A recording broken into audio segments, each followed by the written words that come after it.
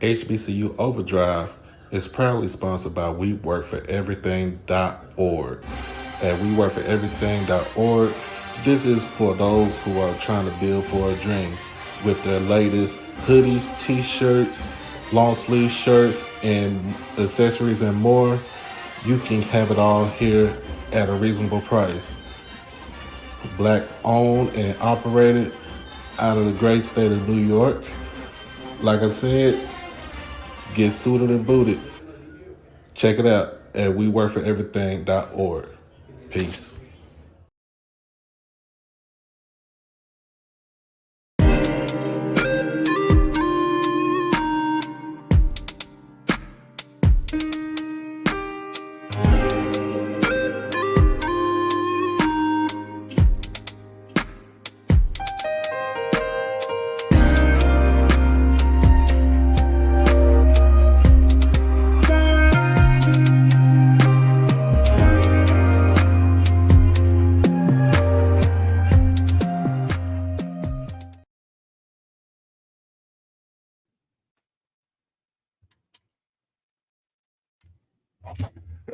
What's going on, everybody? What's going on? This your boy Doc Holiday.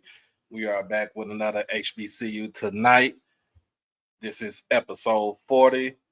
It's brought to you by HBCU Overdrive live stream. Make sure that you like the stream. Make sure that you comment, share, and most of all, subscribe to the channel. Become a member of the hottest HBCU podcast that's out there right now.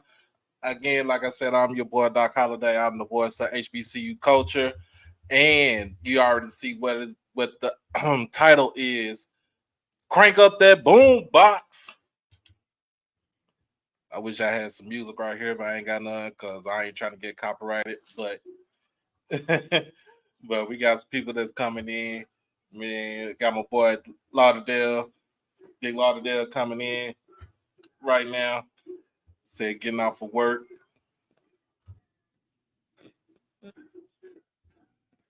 As always, we got the assistant, Miss Aquay, one of the aunties in the building.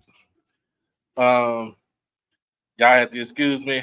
I might be a little bit darker. I've been standing outside in the sun. Looking at one of my stepsons play football. What's going on, Brian? What's going on? Looking at my stepsons play football. It was hot. I'm sweating. I'm tired, so I'm gonna try to make this a quick show for tonight. Ain't gonna be too long.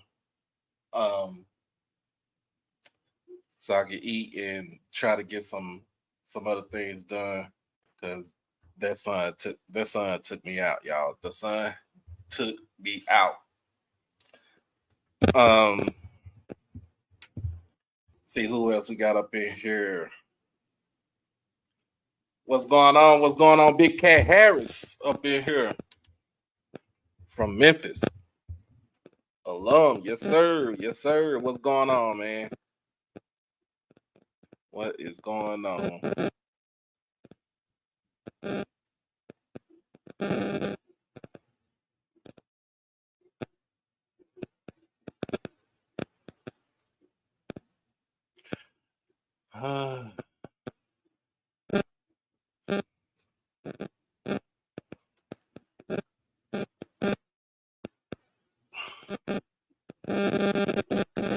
Miss Tyra Lynn, how you doing? How you doing? How you doing? Welcome in as always. Virginia is in the building. She is in the building from Virginia, VA.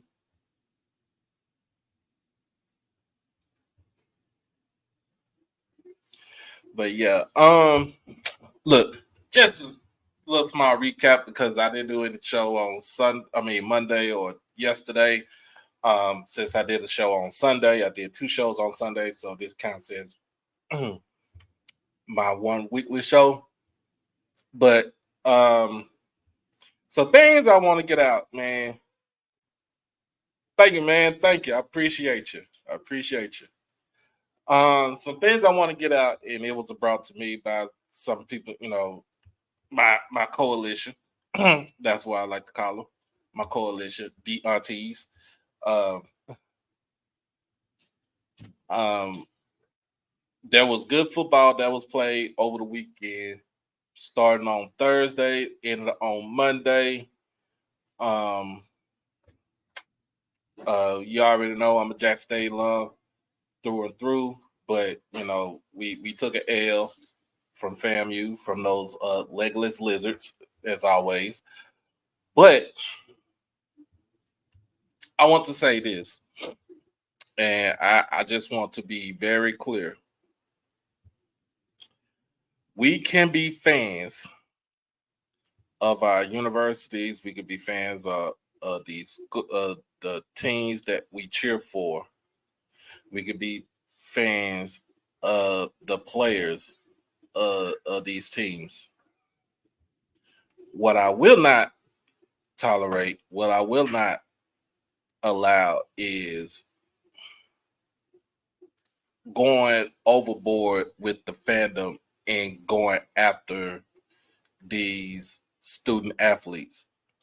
Because I just want everybody to understand, everybody to remember, they are student athletes first. They are student first, athletes second. And yes, you could say, well, they're grown, understandably so. They are grown. But in a sense, they are still kids.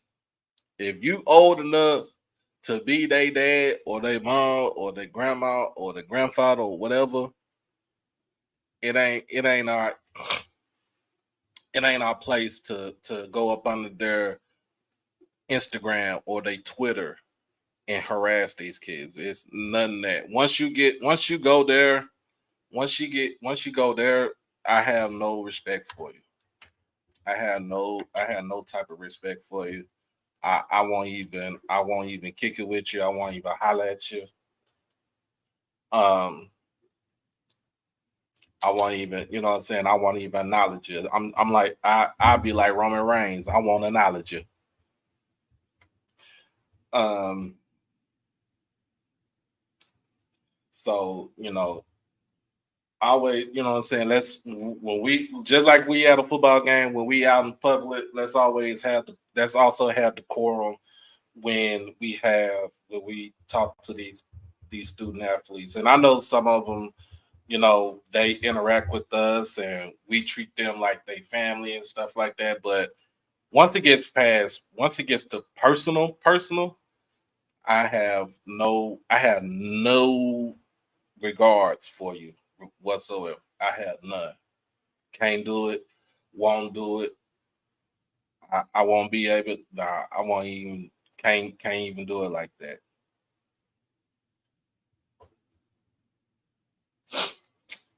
So I just want people to understand.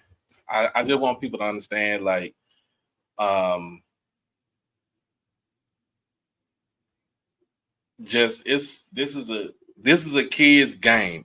You know what I'm saying? Even though it was started by some old people, some older folks, some years, centuries ago. This is still a kid's game. Kids play this game. They love this game. You know what I'm saying? Um, yeah, yeah. So that's all I want to say about that. And if I find out if you are doing something like that, man, I can't rock with you. I can't fool with you. I can't do nothing. I won't be able to do nothing with you, man. I can't. I can't. Make sure y'all hit that like button. We got 37 people that's watching this stream. The super chat is in play right now. If you wanted to go ahead, and you already know how we do it.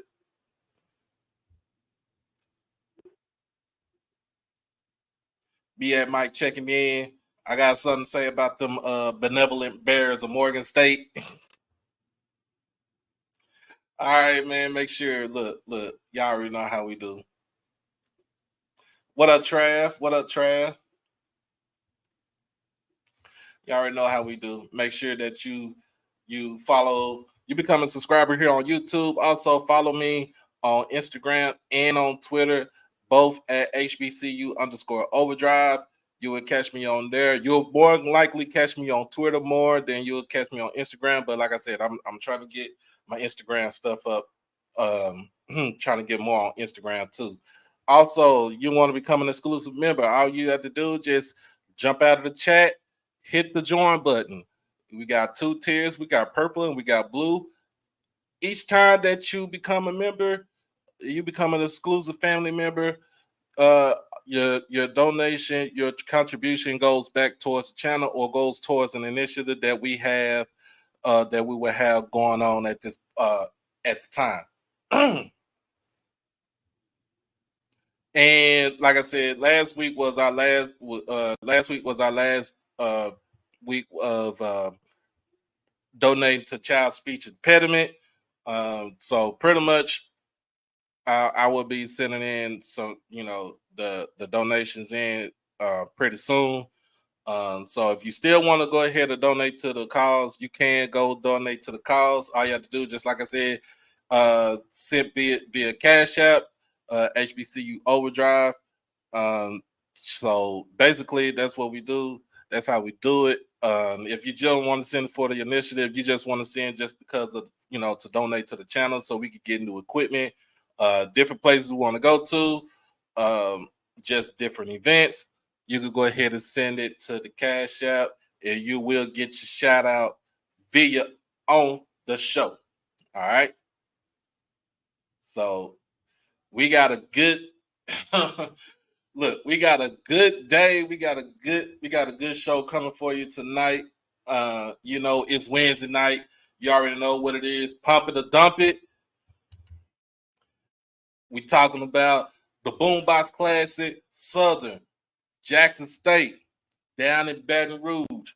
Drive over that hump. You know what I'm saying? Hey, it is what it is. We'll get into the recap of from over the weekend of all the games that was being played.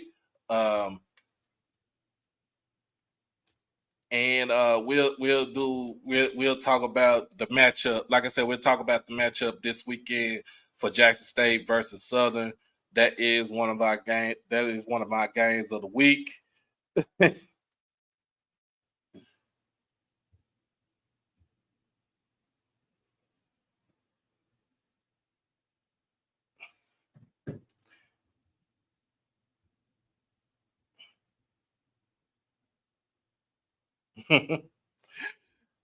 Yeah, man. Yeah, Mr. Jones. Yes, sir. I did handle it correct. I handled it sweet. You know what I'm saying? Hey, I eat my crow pie. You know what I'm saying? Extra. You know, extra crow because yeah, I was talking. I was talking that noise. I was talking that noise, and pretty much that it is what it is. So I'm not even gonna trip on it. Hey, Mr. Jones talking about S who? Yeah. Yeah, but we gonna get into that, man. We gonna get into that. Get into that.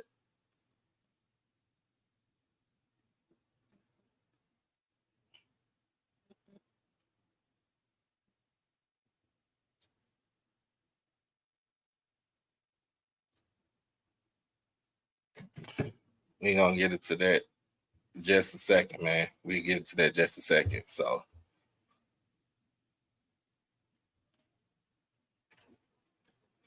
and okay, I forgot about the birthdays. It's birthday. It's September. We got any September birthdays coming up.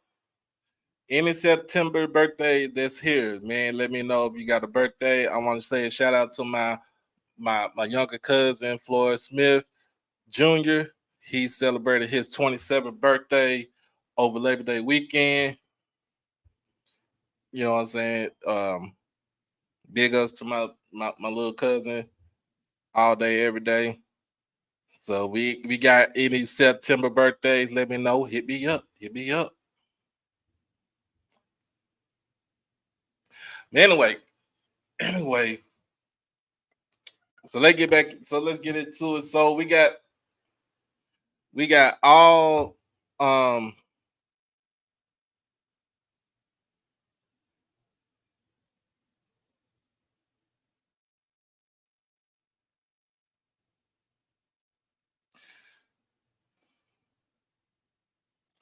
we got all let's talk about what we saw about last week from this past weekend. So,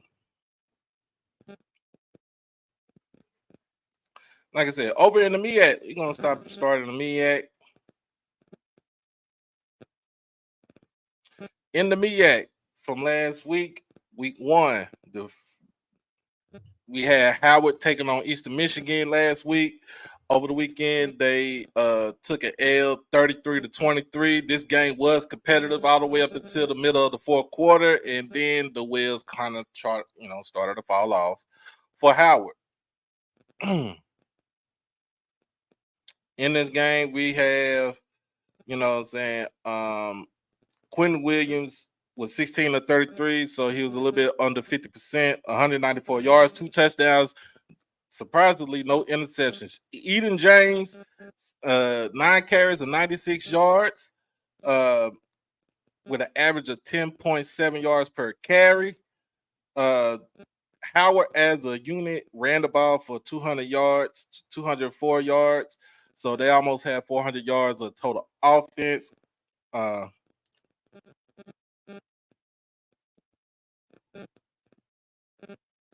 It just basically costly penalties, untimely penalties derailed this game, and I wish Howard would have won this game. Then we would have had so much more to talk about, so much more to celebrate amongst HBCU football. So this on September, the Saturday, September the 2nd, man, we have Bowie State taking on Delaware State. They came out as the victor, 22-11 against Delaware State. Kyle Jackson basically is pretty much not missing a beat with this Bowie State team.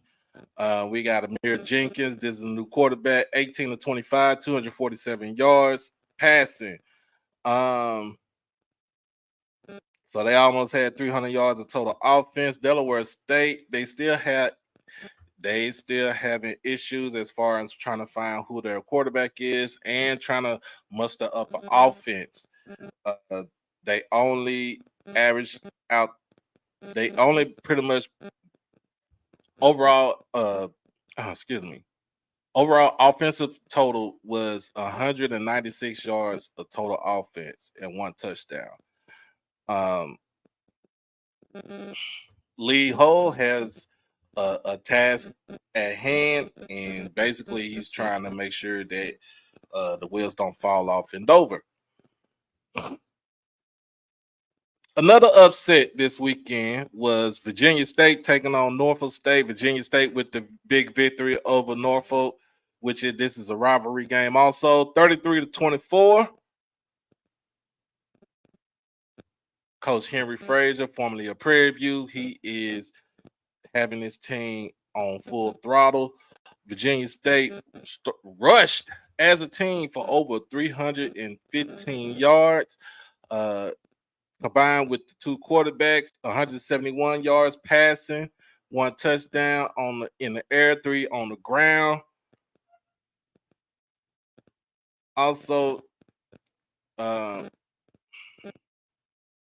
they really held Norfolk State. They held Norfolk State to 314 yards, 304 yards of total offense. Game could have been more competitive on the standpoint of Norfolk State, but I'm just trying to figure out, does this make Dawson Odom's seat any hotter losing into a D2 CIAA program?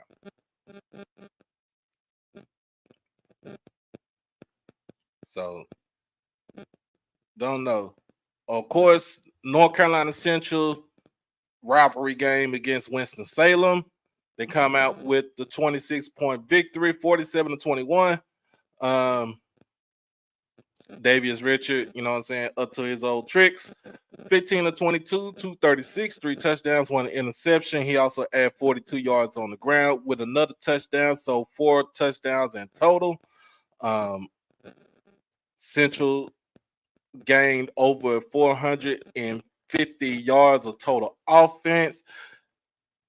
Um, and their defense held Winston-Salem to 312 yards of total offense, even though they let them score 3 touchdowns. Tell that to my partner, my Saturday night partner that used to be blowing the brakes off of a D2 school, especially somebody like Winston-Salem. The other FCS game this weekend was South Carolina State going up against Charlotte. And of course, Charlotte is quarterbacked by Jalen Jones, formerly of Jackson State University, and Bethune-Cookman. His stat line is 13 of 19, 125, 1 touchdown, 2 interceptions. Um, Added another 49 yards on the ground with another touchdown, 2 touchdowns total. And I'm gonna say it just like this: Jalen Jones, you might need to change your position, my brother. You might need to change your position. Um, South Carolina State, um, surprisingly, shockingly, Corey Fields didn't start Saturday. So it was Andre Washington. His stat line 6 of 17, 59 yards, and 1 interception. Um, South Carolina State only mustered up 168 yards of total offense and no touchdowns. They did get a field goal in this game. In 2 games for South Carolina State, they have been outscored 61 to 10.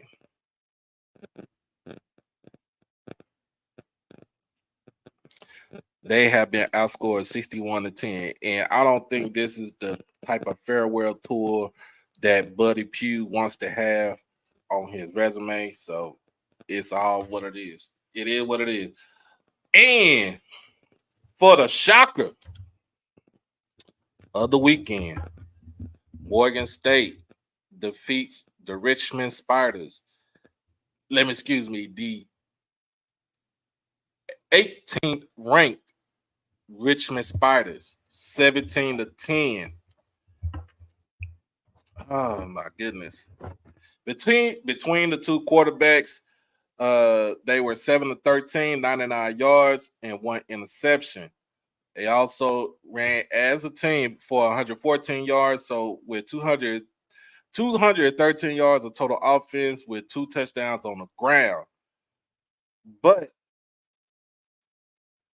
it ain't really about their offense. It's always going to be about their defense.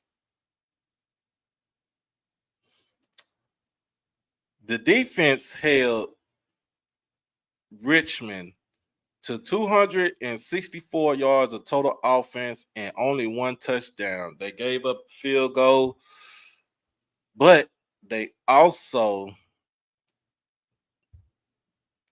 made Richmond turn the ball over 4 times. 3 fumbles, 1 interception, sacked quarterback 5 times in this game, and they come out with the victory. So can we call them the benevolent Bears, or we call them the bad news Bears, or we call them the national treasure? What do we gonna call this team right here? We just gonna call them Morgan State. We're gonna call them the Fighting Damon Wilson. That's what I'm gonna call them.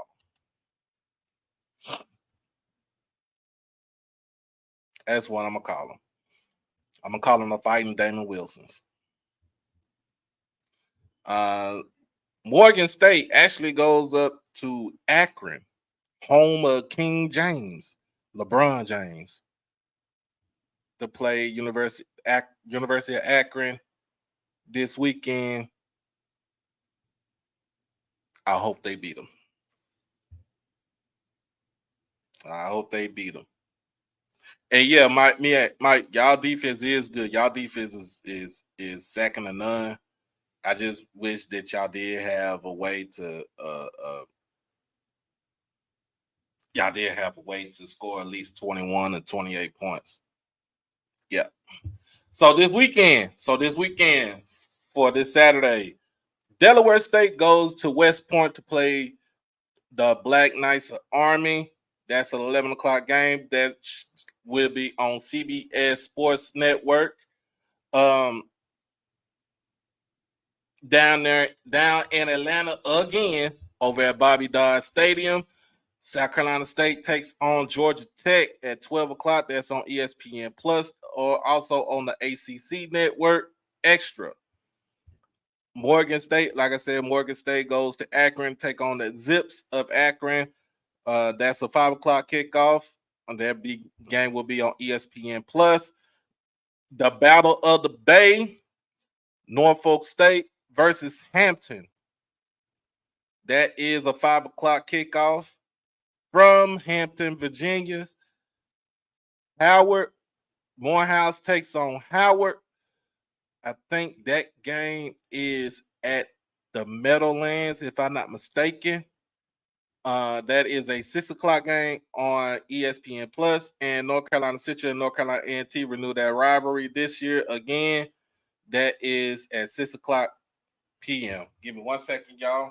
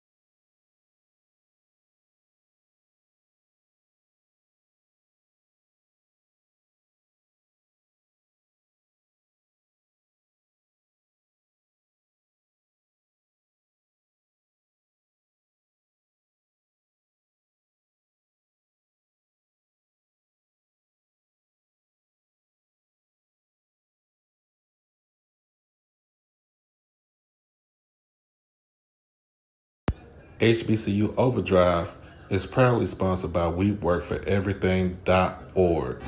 At WeWorkForEverything.org, this is for those who are trying to build for a dream.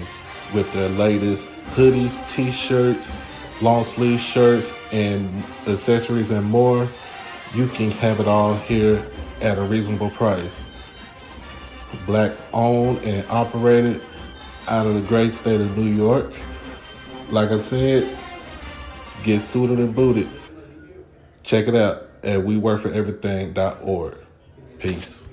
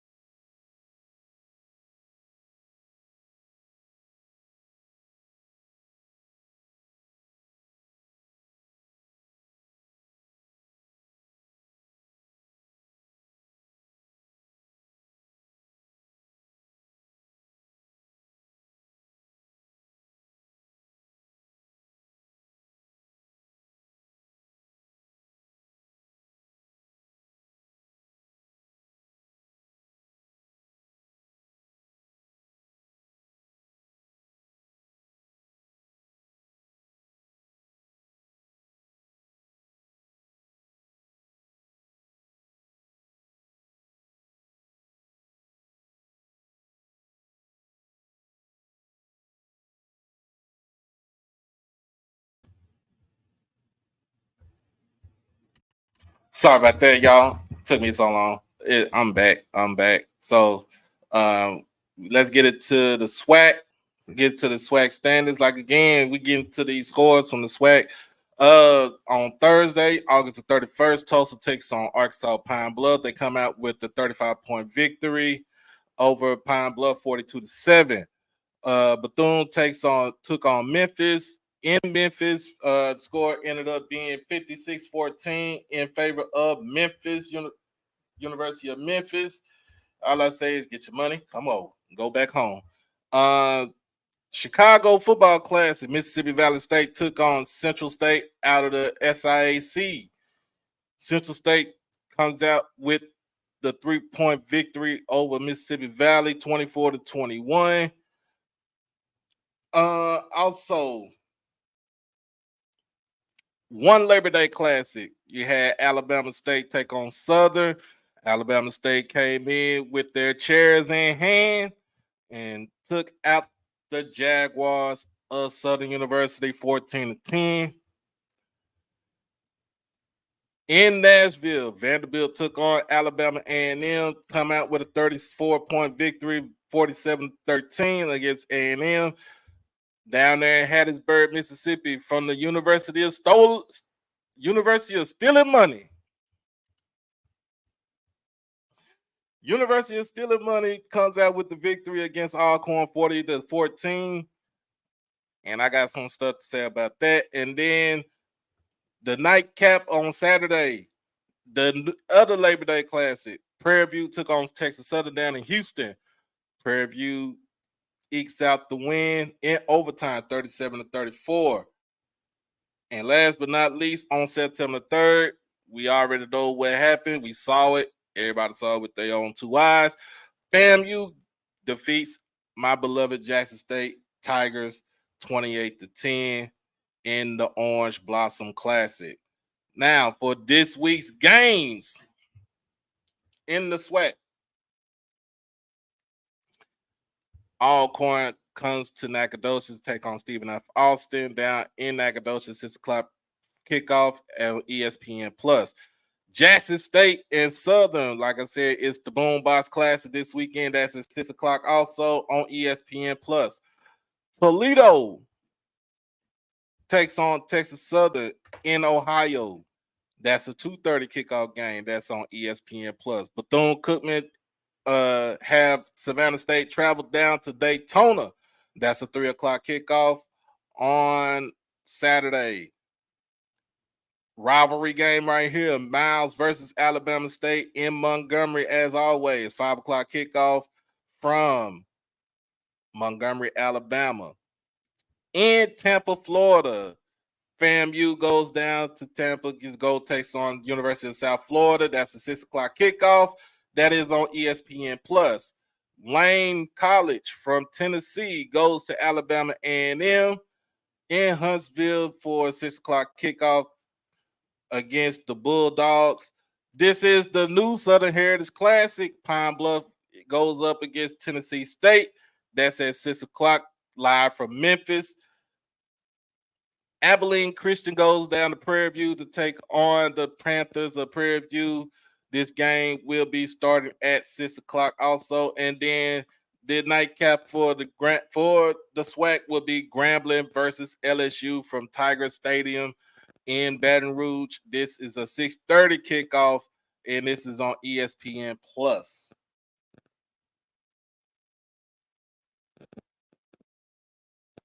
So that is what's going on in the SWAC. You have some D2 schools. Shout out to Tuskegee for defeating Fort Valley State in the Red Tails Classic this past weekend, 37-31. Let's see what else we got. Bowie State this Saturday takes on Davenport. Don't know who Davenport is, but hey, they take on them at 11 o'clock kickoff time on Saturday. We have Virginia Union versus Shaw. That's a 12 o'clock kickoff from Raleigh, Virginia. Raleigh, North Carolina. I'm tripping, y'all. Central State goes to Dayton. That's a 12 o'clock kickoff. That is on Saturday also. Bluefield State takes on Emory and Henry as a 12 o'clock kickoff. St. Augustine and Elizabeth City State, 12 o'clock kickoff from Elizabeth City, North Carolina. Tuskegee goes up against its SIAC matchup. The Kentucky State Thoroughbreds, that's 12 o'clock kickoff from Frankfort, Kentucky. Lincoln, Pennsylvania goes to Post University. That is a 12 o'clock kickoff. Also, Tusculum takes on Virginia State in Ettrick, Virginia. Let's see who else we got. Fort Valley versus Clark Atlanta, live from Atlanta from the AUC. That's a 1 o'clock kickoff right there. Winston-Salem goes up to play Ohio Dominican. 2:30 kickoff for that game right there. We have Edward Waters battling against Benedict. 3 o'clock kickoff from Jacksonville, Florida. This game is on ESPN Plus on Saturday.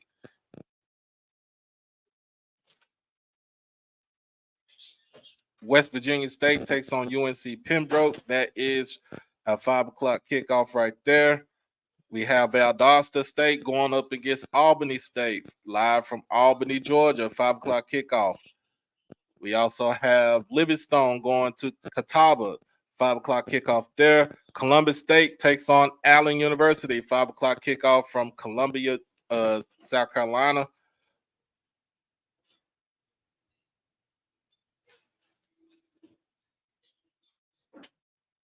Lincoln, Missouri, the Blue Tigers go up against Missouri Western.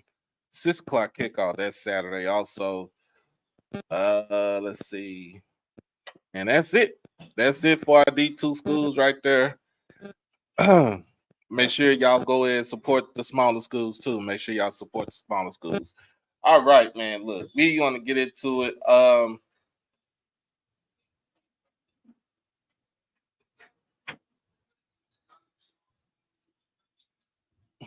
Let's get into it.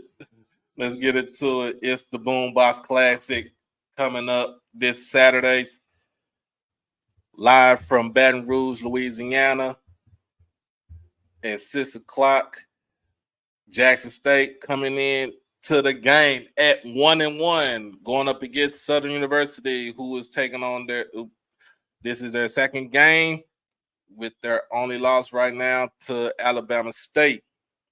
Now, this is what I'm gonna say about Southern University. What I'm hearing, intel from what I'm hearing, the two inside tackles on the defense will be a problem for Jackson State. But other than that, the defense is not as great as what everybody would think. Harold Blood, the quarterback for Southern University, does not look like a starter to me. And this is just me being critical. This is being analytical. So I just don't want nobody to beat me up on this right here. But Harold Blood did not look good on Saturday against Alabama State. Alabama State made them look normal to me, made them look formidable. They made them look restless. That's what I say. I'm gonna say it like that, and I'm sticking to my word. All right. I'm gonna get score predictions. Give me a second. That'd be the last thing we do.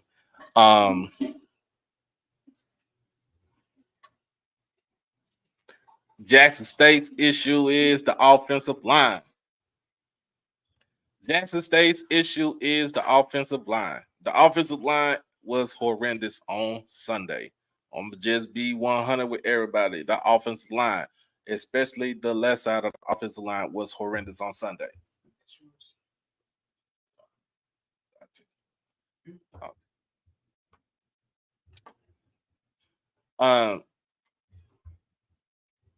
So what I see, we're looking for Big Diesel Riley coming back from injury in this game. He will be on the left side. DeAndre Towns Blue will probably go back to the right side, or they'll probably keep Towns Blue on the left side and put Sir Riley on the right side to make the line more dominant in pass blocking scheme. Move Cameron James to the inside, where kick him to the inside on the left side. Um, or relegate him back to the bench. And you know what I'm saying? It was just a stopgap until Sir Riley came back from injury. Um, Also, I'm gonna just be honest with you. The quarterback situation, I don't think we have a situation. I just feel TC has already stated that there's no quarterback controversy. Jason Brown will be the starter in this game Saturday.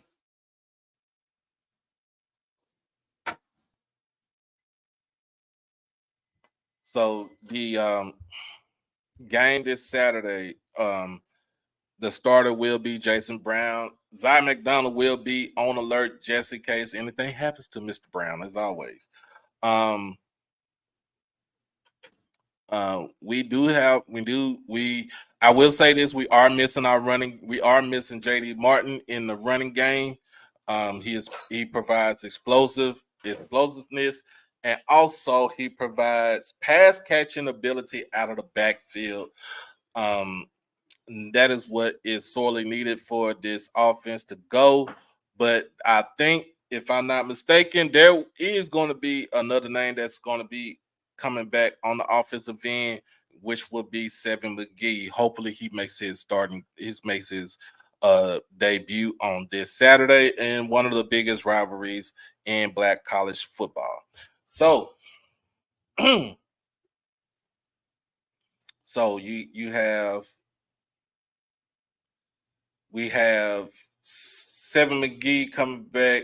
You add him in with the explosive receivers like with Rico Powers and Duke Miller and Isaiah Spencer. You add them in the backfield with Herb Mulligan, and it's a mismatch. It is a mismatch for Southern University to guard this kid right here. Um, Basically it's like this. We just got to go back. You go back to the drawing board. We took our leaks, we took our lumps. Go back to the drawing board, and it is what it is. It is what it is. I'm just letting y'all know.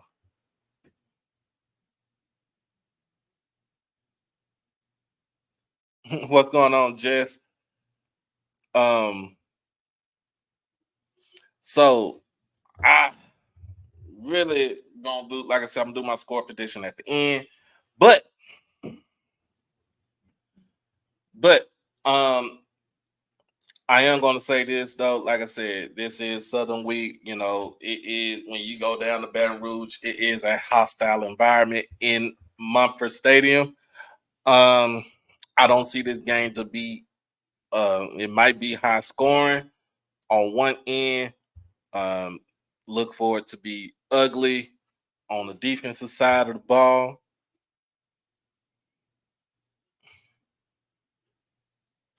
I'm just gonna, like I said, I'm just gonna keep it. I'm gonna just keep it to myself until towards the end.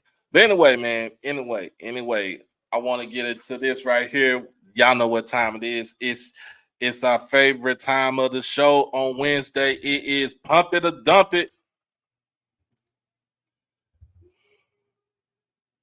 It is Pump It or Dump It. I'm gonna say it just like this. I didn't get a chance to get any slides ready, anything like that for today, because I've been asleep most of the day. But I want to say this: Pump or Dump the uniforms of Jackson State. What do you give it? Do you pump the uniforms or do you dump the uniforms?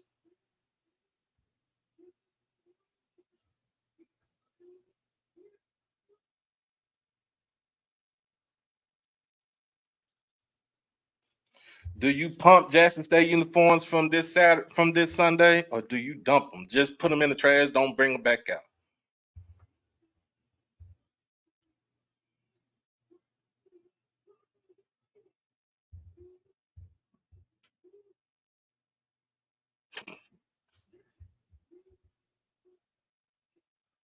So he got done. She said they were looking atrocious on her 4 eyes. That's funny. Mr. Williams said dump because of the nameplates on the back.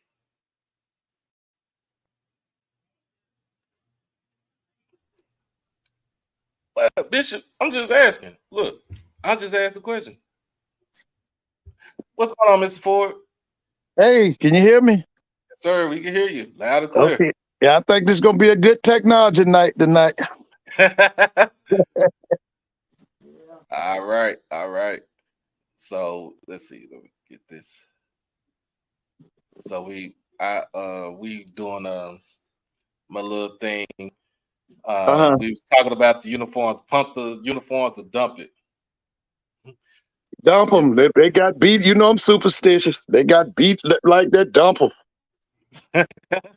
Get Mr. rid of Ford them, man. said, Mr. Ford said, dump those uniforms, So man. you got beat like that. No, I didn't come to play in them. Let it go. We'll get it for another time. But for right now, we put them back in the closet.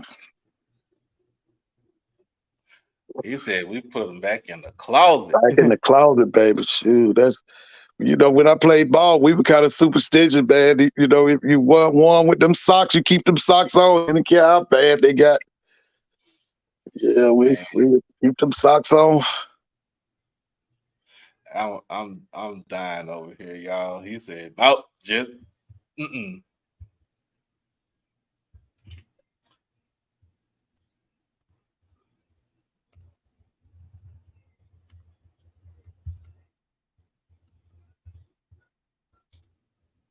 That was funny right there. That was funny right there. So I put a poll in the chat, so y'all go ahead and do your voting right there. Make sure you like this stream. Make sure you share this with folks. And everybody is already saying dump. Yeah, get rid of them, man. That was a bad showing in them uniform there, bro.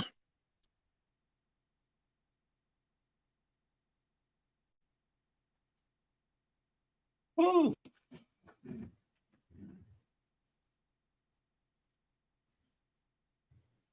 It said dump them. There was bad luck. Yeah. They were bad luck. With them back in the closet there, baby. Back in the closet. Oh man. So I'm gonna say it like this: pump it or dump it. Morgan State goes up to Toledo and beats them. I want y'all. Morgan State goes to Toledo and win in Toledo. Pump it or dump it. I'm gonna have to dump that. That's a MAC conference, right? What conference is that? That's the MAC conference. No, Doc. I mean, it was outstanding. They knocked Richmond out, but you talking about Toledo? That's a higher brand. That's No, wait a minute. I 85 take that back. scholarship. No, they're not playing Toledo. They're playing Akron. I'm tripping. They're playing Akron. It's Zips. That's Akron. Zips. Texas Southern is playing Toledo. Yeah. Now the Akron is in the MAC too. Yeah, Akron's in the MAC too. So no, yeah, we can't. It's Akron. I don't know about Akron. Akron, I didn't see. Didn't Terry Bowden work there one time? Wasn't he there? Nah. Well, remember he went up north for a minute? Where did Terry Bowden go when he went up north? It wasn't Akron? I don't think it was Akron. Hit him up, Doc. Look Terry Bowden up. Let me see. Yeah, I thought it went to Akron. The Zips.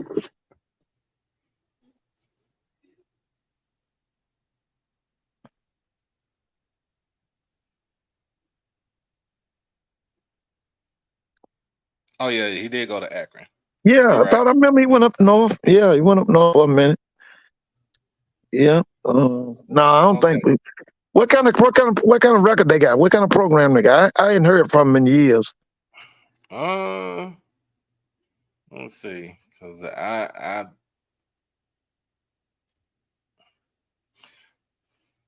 thinking. Let me see.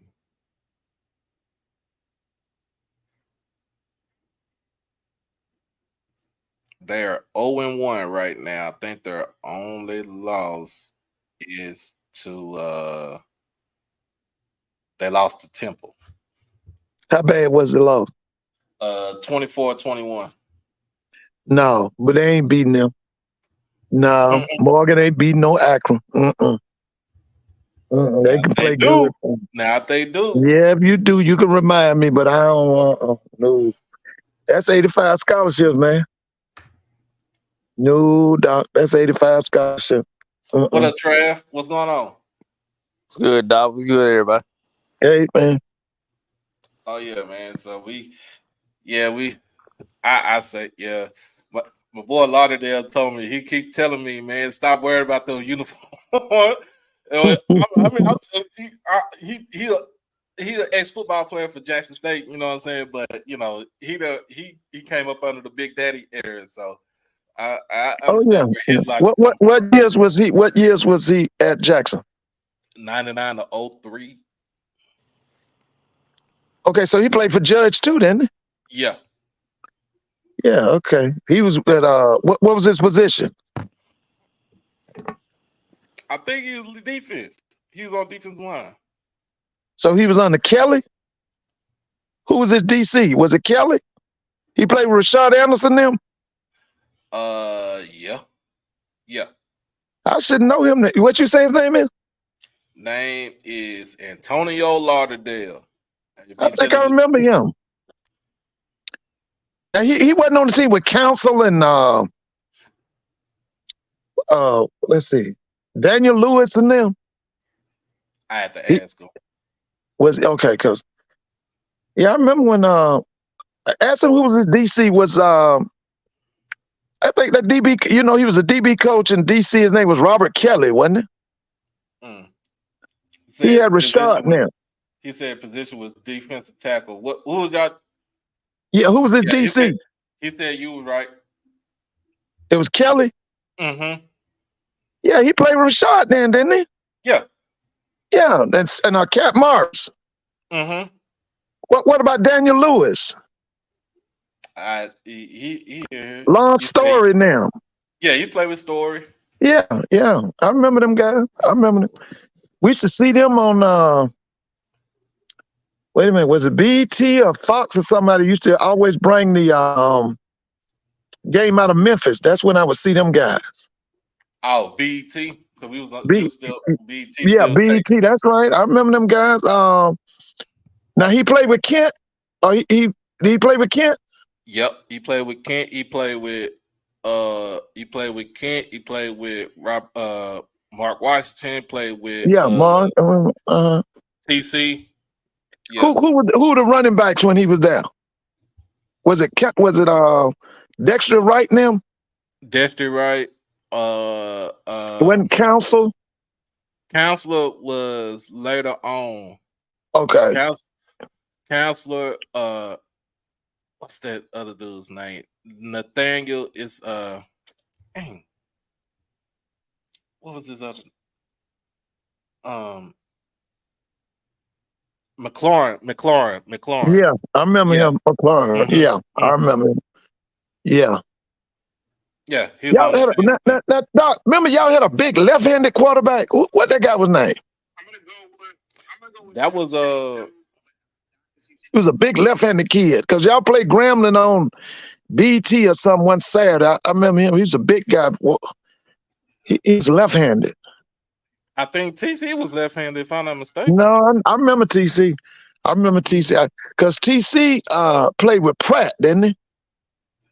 No, Pratt was gone after that. He played with Mark with he played with Weston Superman. He was Kent. Yeah, he played with Kent as a receiver. Yeah, Superman. Yeah, I remember them. I saw them on BT. It was another guy was calling BET then. It was Charlie Neal wasn't calling it. It was a guy that DC used to. Oh, I can't think his name. He was calling it too. He was calling BET, but this was after Charlie Neal. I think Charlie had gone NBA or something.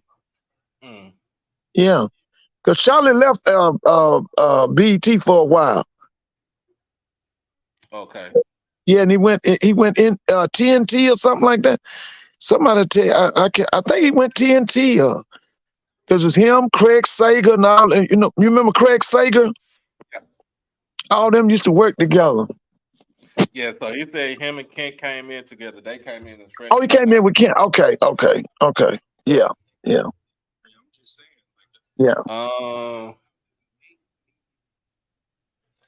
Let's see. We got. Ooh, let me see. Let me see something. Let me go back into this schedule right here.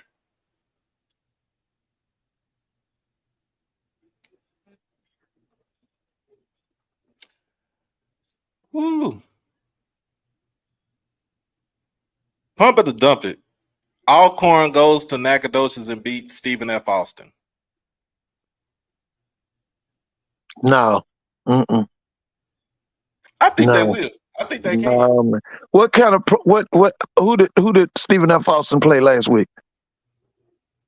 They played. Was it Jacksonville State? And they lost. Who won that? They played Troy. They lost. They lost to Troy. What was the score? 48-30. No, Doc. Alcorn ain't gonna beat them. I'm gonna say pump it because Stephen F. Austin ain't got the quarterback. They ain't got the receiver. He's on the Jets now, so I think they got it. And plus, remember they had the lead last year. Alcorn had the lead last year in the game when they played down in Lorman. And remember, Stephen F. Austin, that's FCS or FBS? FCS. No, Doc, they ain't gonna beat them folks. Now that's Saturday night. When is that game? That's Saturday. Saturday night or Saturday evening? Saturday evening. That's on TV? That's on ESPN Plus. Okay, so I get a chance to see some of that. Right now, I'm just kind of holding up on Alcorn. I'm trying to see. I got to see them. I got to see what they look like. Because I was told now that what's the name has got one of their better teams. I heard that Southern Miss is got a pretty good team. I don't. Now they got a big game against somebody. Who's Southern Miss playing? Isn't it Florida State or somebody? Yeah, they play Florida State this weekend. Yeah, I'm gonna get a chance to see them so I can see what they look like too. No, I got to see Alcorn. I got to see them on TV so I can talk a little bit more about them. Okay. Yeah, I got to see them.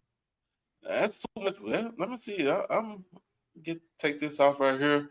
What you got, Trav? What you got for Saturday? I can tell you see a much different team. A very rejuvenated team. Right. TC took that on the head. He took complete ownership of it.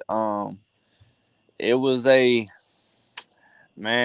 gonna give them credit, but I believe it was just one of them games where nothing went right. They started off and we dug a hole. I agree with you. I don't believe that they're better than us. I think we just dug a trench so deep that we just couldn't get out of it. Then I don't know what fumble they called, but whatever that was or whatever you want to call it, that definitely killed it because we never got a chance to even have the ball back. I mean, they ran 7 minutes off the clock, which they was already doing that to begin with. They seen the tide starting to turn around, as you notice. They even slowed down the tempo a lot, and they just was trying to, they seen the writing on the wall. They seen us starting to make our way back, especially after the second half we came out. And they pretty much just ran out of clock. But forget that game. We got Southern this week. Man, I hate saying that name. You think they're gonna blow Southern out by 3 touchdowns? I got a score prediction I don't think it's gonna be. It won't be a blowout. It's gonna be a tough game. It'll be another game where they'll get up to play us. Okay. I watched a little bit of film on them. I don't really see nothing magical, so I'm gonna go. I'm gonna say 28-17. I think it's gonna be a close one. Hostile environment. Yeah. We all Okay. we all know most teams, even if they're not as talented as us, you know how it go. The team that really don't have a chance, they're gonna stick around as long as they can, and they gonna get up, play. Just same as Valley. It don't matter if Valley 13-0 or they 0-13. They gonna get up every single year. I think it'd be the same situation. You'll see a different team. A lot had happened behind the scenes I can't talk about, obviously, but let's just say them boys got a lot of pride and they coming back out and they're gonna show. You'll see what you seen in Atlanta again. Okay. So yeah. Oh well. Uh-oh. In the missus, she is tapping in, y'all. She's still in California. She'll be leaving out tomorrow to go on assignment, and then she'll be home for I don't know how long. What part of LA? I mean, what part of California? She's How you in doing? Palm. Oh, okay. That's Southern California. Mm-hmm. Yeah. Oh, yeah. Yeah. What you got to score on that, Doc? So the score on the game, man. Like I said, I I ain't seen nothing. I ain't seen nothing magical from Southern. I ain't seen nothing magical from Southern. I mean, Bubba said what he was gonna do against them. He said they were gonna dominate as far as a defensive standpoint, and I think we should be able to get back on track with our defense. Shout out to John Huggins for coming back as grad transfer to Jackson State. Yeah. When I saw him make that good play, I said, John Huggins is back. Now, didn't he go to that Ole shocked Miss? everybody, Doc. I looked. I was like, man, that's Hug, man. That's Huggins Yeah. right there. Hey, Now, somebody did he go text to me. Ole He Miss? back. No, Huggins transferred to New Mexico State. Okay. And then he came back down since he already graduated. He Right. was able to come back. Yeah, he's able to come back. I'm a Huggins fan. I always liked John Huggins. Yeah, that definitely shocked a lot of people. They didn't even Yeah, see did him out me. on the I was field. He shocked. made the play. Oh, yeah. So yeah, Somebody text me, that's John Huggins? What Huggins? I'm like, that's Huggins. We kept that on quiet for a minute. It was on purpose.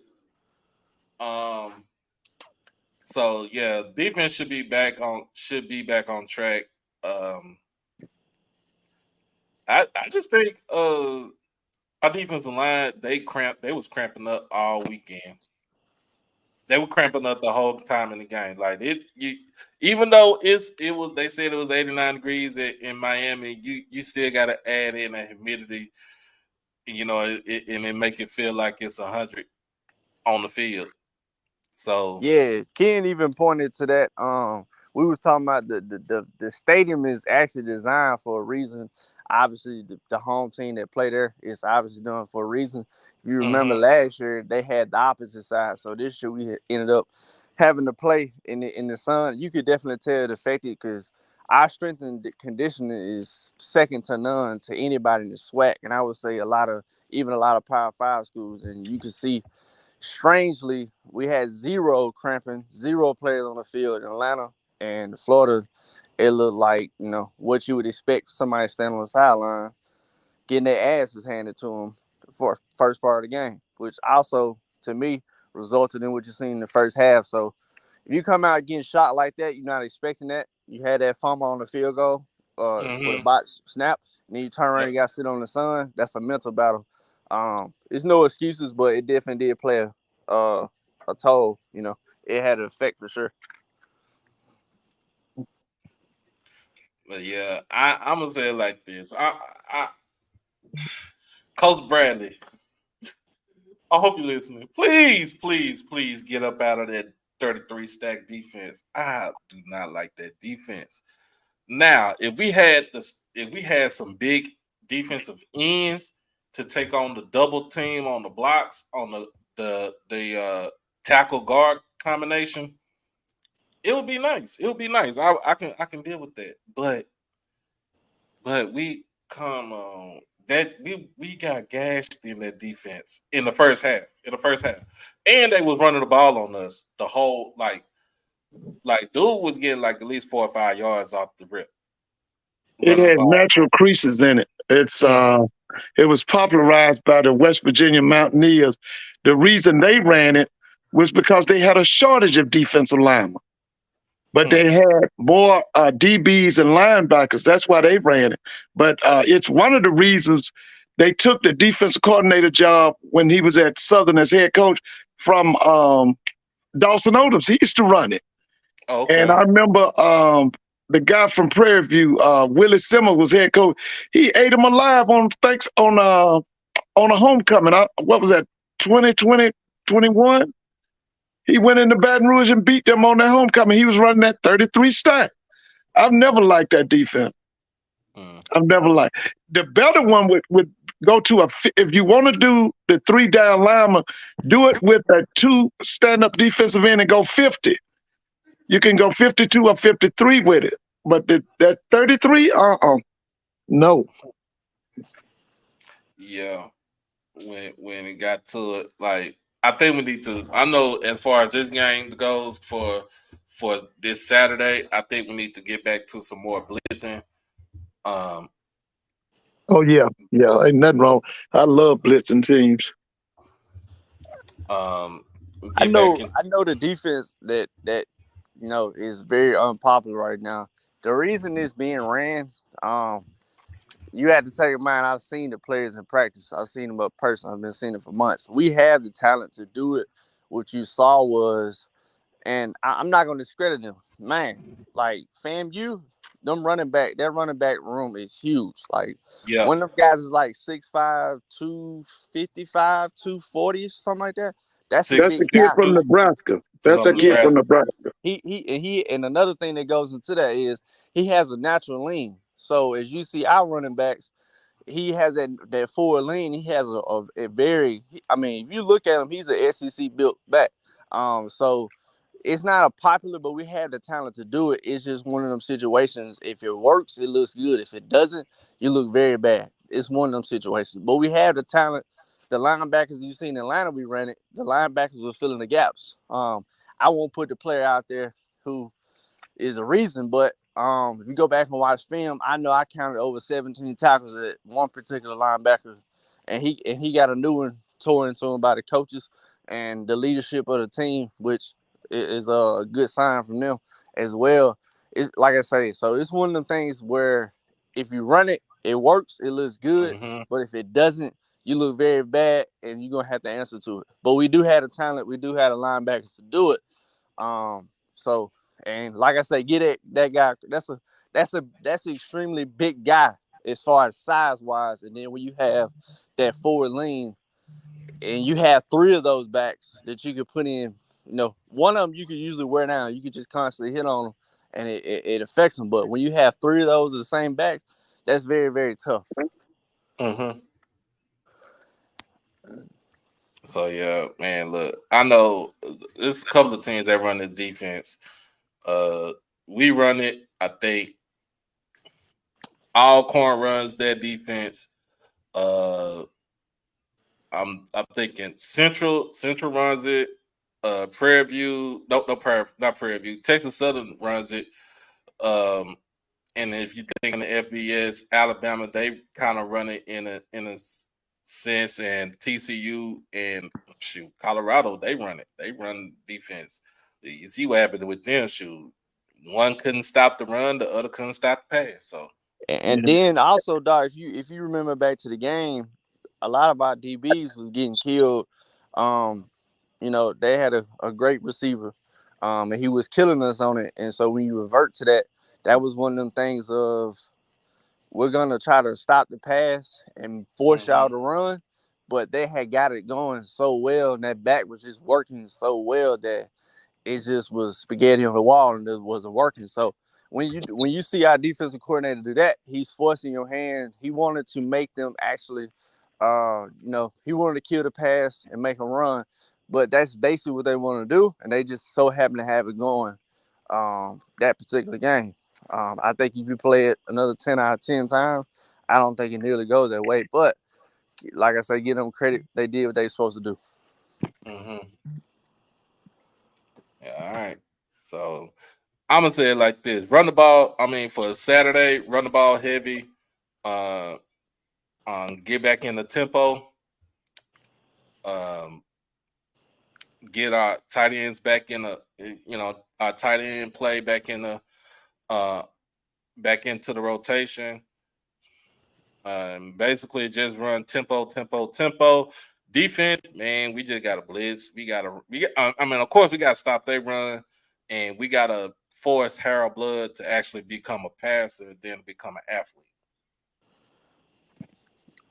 Well, I think the difference we usually see this Saturday is our linebackers. I mean, not the linebackers, but our offensive line didn't really have a good game of keeping Jason upright. The Mm-hmm. left tackle position that was addressed. I'll say that, and I personally took slight to people a week ago. Jason was Heisman trophy winning in some people's eyes, and this week he was a UPS driver. And from Jackson State fans, I really don't appreciate that because you got to ride with your guy. I don't care who you are. I played quarterback in high school. If you keep pressuring our face, you can make any quarterback. I don't give a damn who they are. You can make them look subpar. One of the Right. number one methods to getting Tom Brady, who considered the GOAT, was to if you could, get pressure in his face. And we all know Jason can move, but he's not that mobile quarterback. He can move, but he's not that mobile. So if you get a quarterback out that mark, it'll usually affect him. And then once he hurt his hand, that definitely didn't make anything better. So you'll see that cleaned up Saturday for sure. Oh yeah, and then you still got some additions. What's Like I the said, we status of his hand? Is he complete 100% healed or what? I can't say exactly what I'm privy to, but I will say that I drove by practice last night and I seen him throwing. He's up moving around. Nothing's confirmed broken, but they're still waiting on some answers on to a few things. But he's up moving. I seen him throw the ball. He looks good to me. So that's all I can really just say about that. But I will say this though, for people that's wondering, our other quarterback, he definitely, it's a possibility you would see him again Saturday, and it won't be a situation where Jason is hurt. Our offensive coordinator actually even made it a very specific point in the press conference today, where he said that they'll have a package for the other quarterback, and I actually Good. like that. Yeah. Keeps you off your toes. So, yeah, you got to surprise them. You which got to he's surprise them. always actually had a package. I mean, he specifically has a package because as we all know, unlike Jason, he can move, but he can't move like that. But our backup quarterback, obviously, he can move, so he has a very specific package. And if they can't stop it, I'm pretty sure you'll see more of that too, which is a luxury.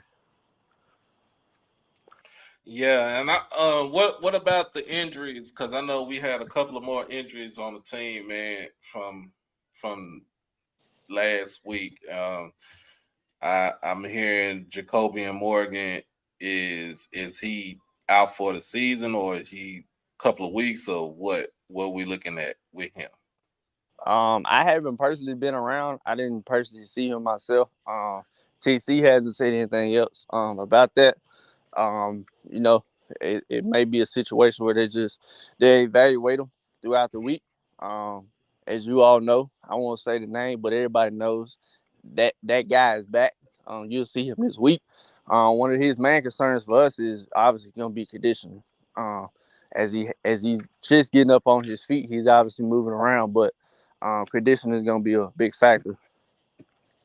And by that guy, who we talking about? That guy. That guy, that's what TC called him, so that's what I'm gonna leave it at. Oh, okay. Everybody But knows though. If you got eyes, you can, who that person is. You've seen it. He's actually posted about it, so oh, we're gonna welcome him back. But talk about that man from New York. yeah. All right. So, yeah, man. Look, we like I said, we took our beating on Sunday. Hey, you know what I'm saying? It was just the first half beating because second half you seen a whole different team that came out in the second half, and they felt like they wanted it more. They was more hungry, and I think FAMU just let off the gas a little bit. And of course, Mr. Ford said this yesterday on Tamona's show last night. If Musa didn't miss those other passes for touchdowns, the game would have been more out of hand. But he's always I won't say inconsistent, but he's to the point where you don't know what you get out of him.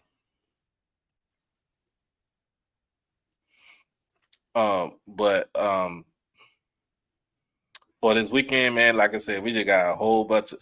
I mean, I know we got, it's a Sunday. We played on Sunday. It's a short week, really. In all honesty, it's a short week. Sunday through Saturday. See, we could get, like I said, get the Kinks out. If we win this, I mean, if we dominate in this game, it's pretty much like a tune-up game until we play Texas State next Saturday. And then, that will be our test. And then after that, we got Bethune-Cookman. Then we have our bye week. We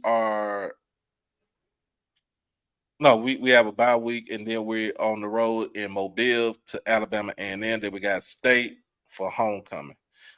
That's it. I think that is the schedule for the next couple of weeks right there, if I'm not mistaken. Now, Doc, do you think Blood gets Yanks this week? If he's ineffective in the first half, you think they yank it? Does Dooley want to get embarrassed again? He better do something. Like if Blood is in the same situation as Bashawn McCray from last season, right, and Dooley doesn't do anything, I'm looking at, if I'm a Southern fan, I'm looking at him like, what are you doing? First of all, what are you doing? Right. And I personally think he gets yanked this week because he did not look good to me. He looked terrible. Bama State. He ain't look good against Bama State. He looked terrible. That's he funny. opened up, I think, the first quarter. He had some nice passes. After that, he was worse than Musa. Woo! He says, worse than Musa. Y'all funny. Yeah, so many people got inside access. Nah, but to me, man, I'm gonna just be honest with you. If he don't make that quarterback switch in the game, and if the game is out of hand, he don't make that quarterback switch. Like, I'm looking at Dooley like this second year in a row. Right. You did this to us. I don't think you're the right person for the job to lead this team. That's the way I feel. Can we say he may be on the hot seat? Possibly. I think it's burning. It could be burning, but you got to realize too. Remember, he took two different teams to the SWAC championship. So you got to win them. But I still give him credit because he got at least one. Or at least one.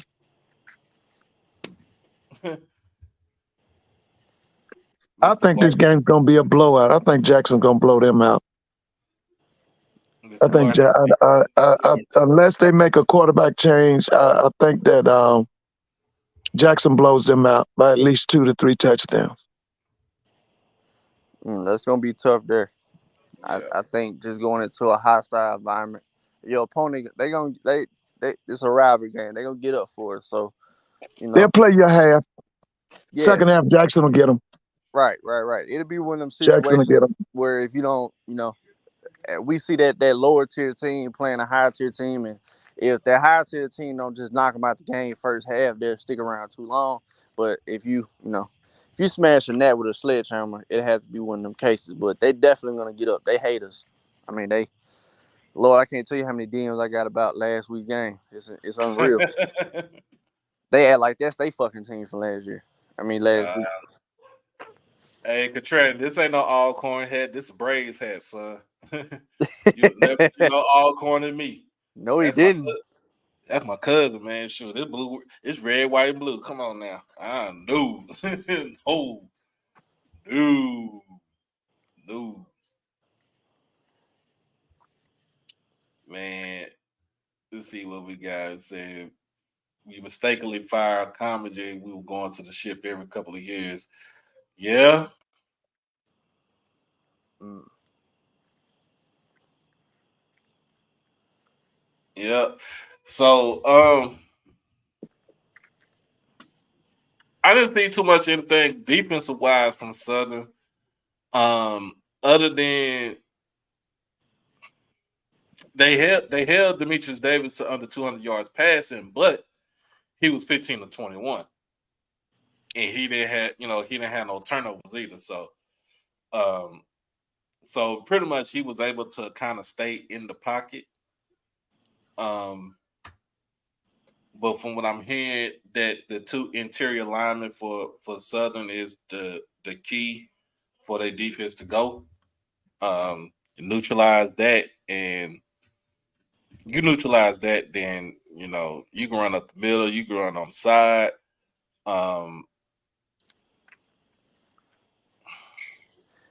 It just all depends on how that offensive line do.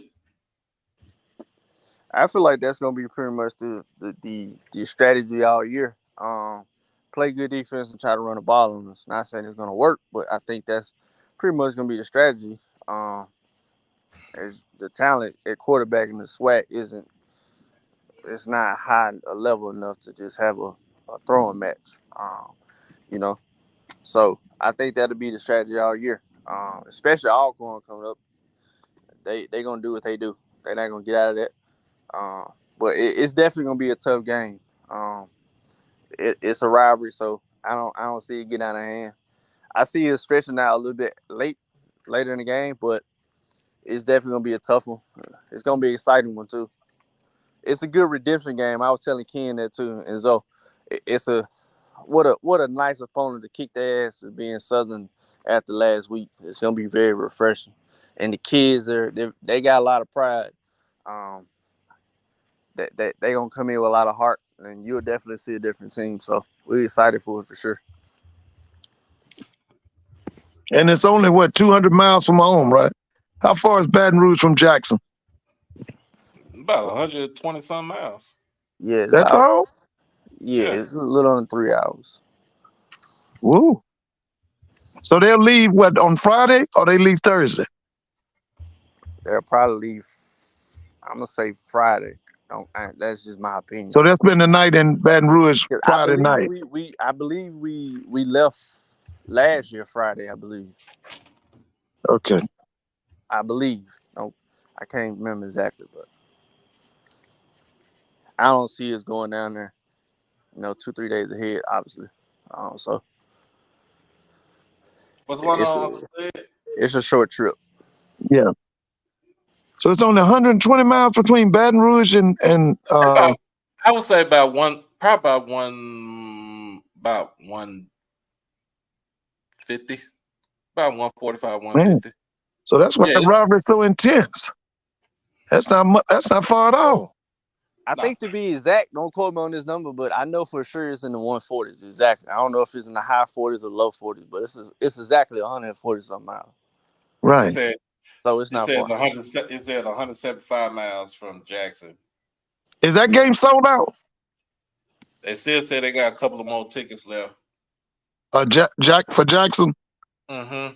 Okay. What's y'all allotment? What did they give y'all? 5,000 or 7,000?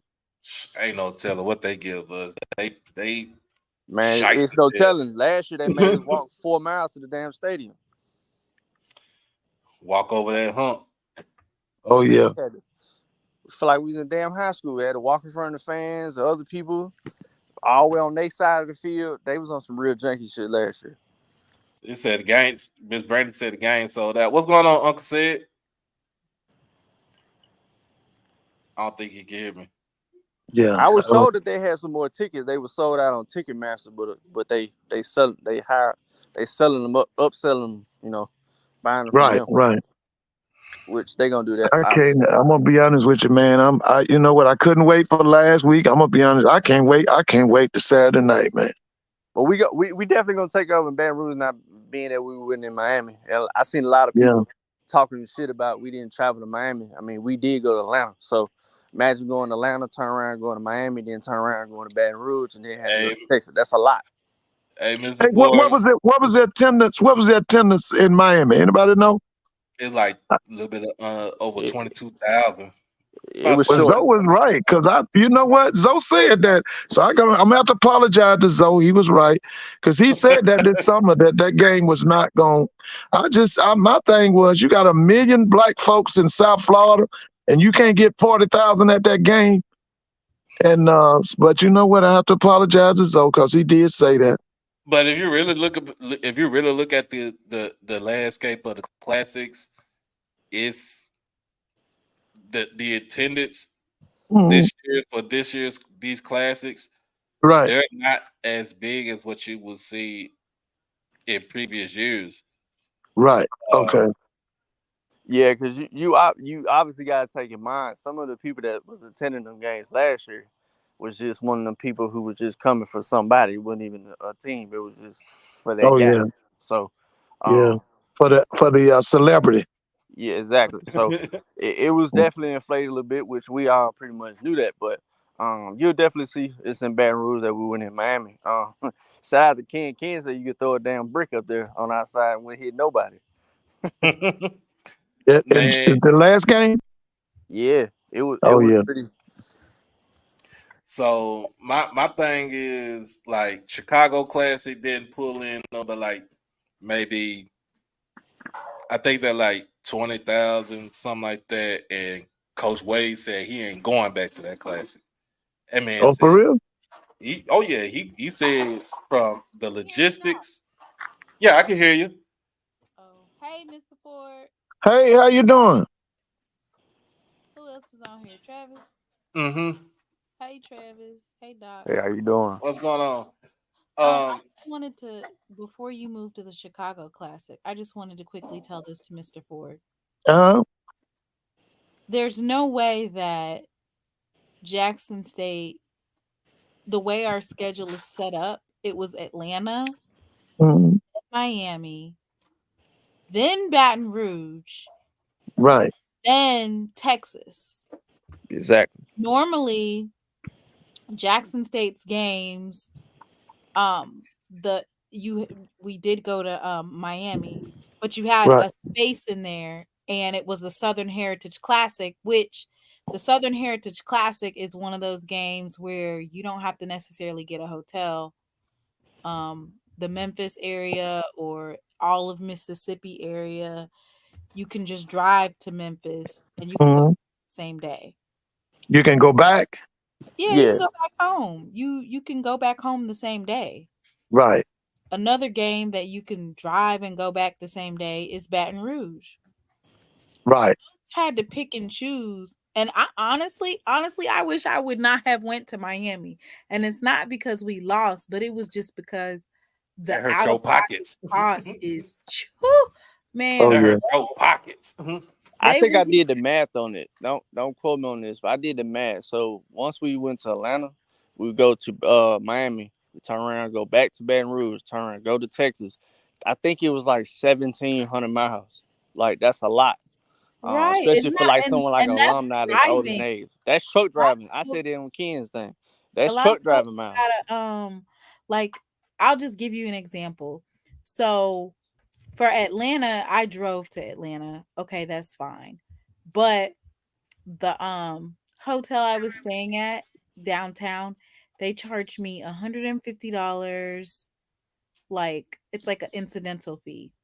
Right. So the first night, okay, I put it on there. Then I decided to stay an additional night. So then they took another $150 incidental. And they still haven't cleared it off of my card yet. So I had $150 just sitting there.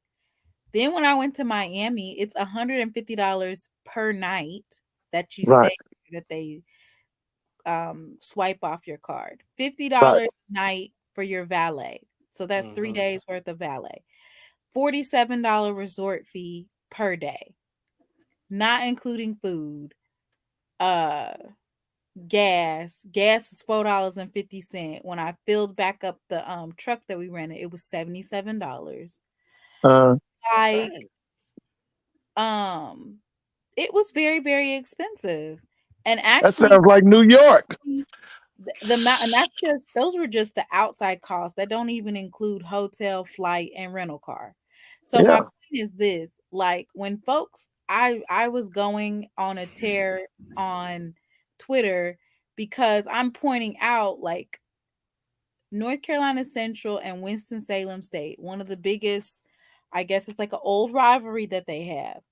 They're right. Oh an yeah, hour and 15 minutes away from each other. Gas money and a ticket and maybe food. right, And the stadium holds 10,000 people, and it was not sold out. They still had 600 outstanding tickets that they didn't sell. That should have been a What? sellout. Prairie View versus Texas Southern, that's the biggest Texas rivalry that they have. Right. Yeah, They- but I'm gonna tell you, but And that's only 50 minutes away from each other. 50 yeah, minutes. but I'm gonna tell you like this. Mr. Ford, and my boy Hoop, we talked about this a couple months ago. Houston don't get up for sporting events like that. If you It ain't the doesn't ask, matter what they do or they don't. It's just the point that don't speak on Jackson State, period. Like, HBCU Game Day tried to make a statement that Jackson State classics are less than they are from last year. What are your classics looking like, Mr. Gaither? You go to Winston-Salem State, your stuff is not sold out. Like, anybody from the SIAC, the CIAA, the SWAC, any HBCU, they need to just be quiet, because week 0, Jackson State game had the highest attendance. Week 1, Jackson State game had the highest attendance.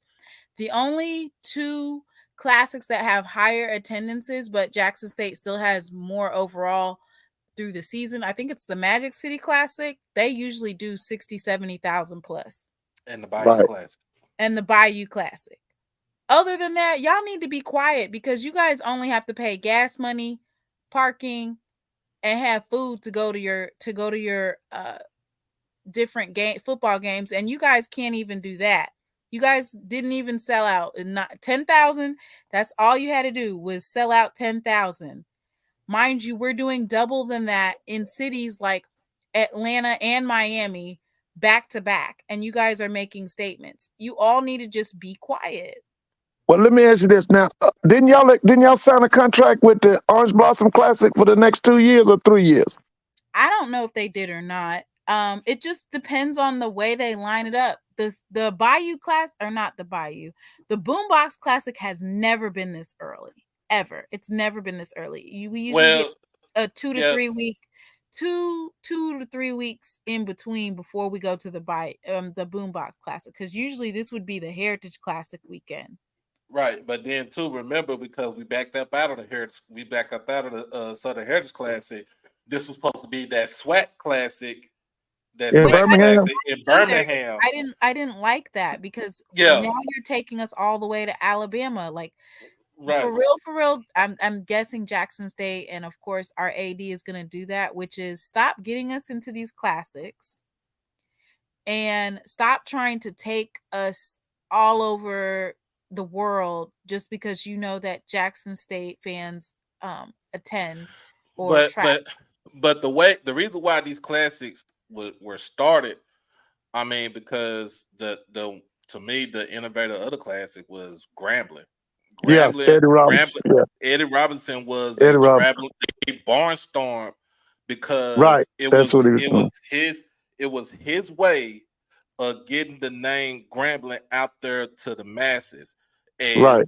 so for him to go to these classics, like, okay, of course, State Fair Classic, they didn't know but 4 hours away. You go to the Bayou Classic, that's another 4 hours right there.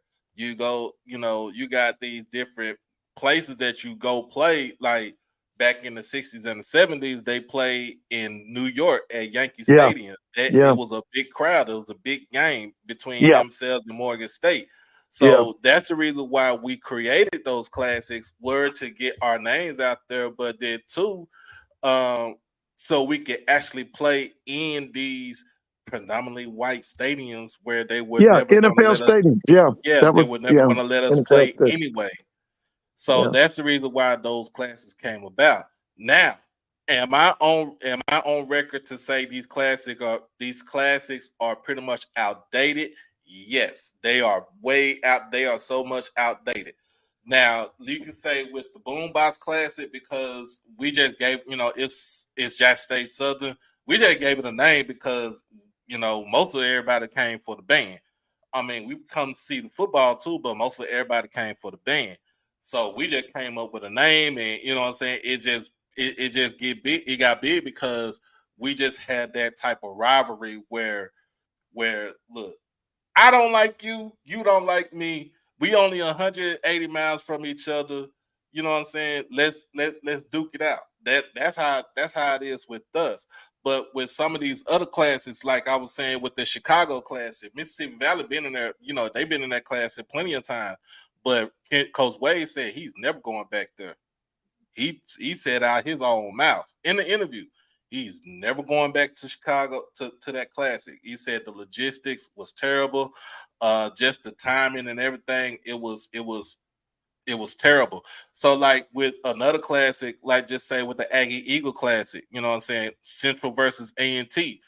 It's really just a regular football game between both campuses. They just had it over in Charlotte last year because it was part of the Duke Mayo's Classic. If you really think about it, they got 35,000 for it last year. They got 35,000 for it, but now but they're going back to each other's campuses.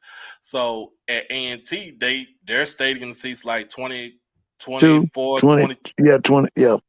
Yeah, so it seats like 22, 23,000, and that game is going to be packed.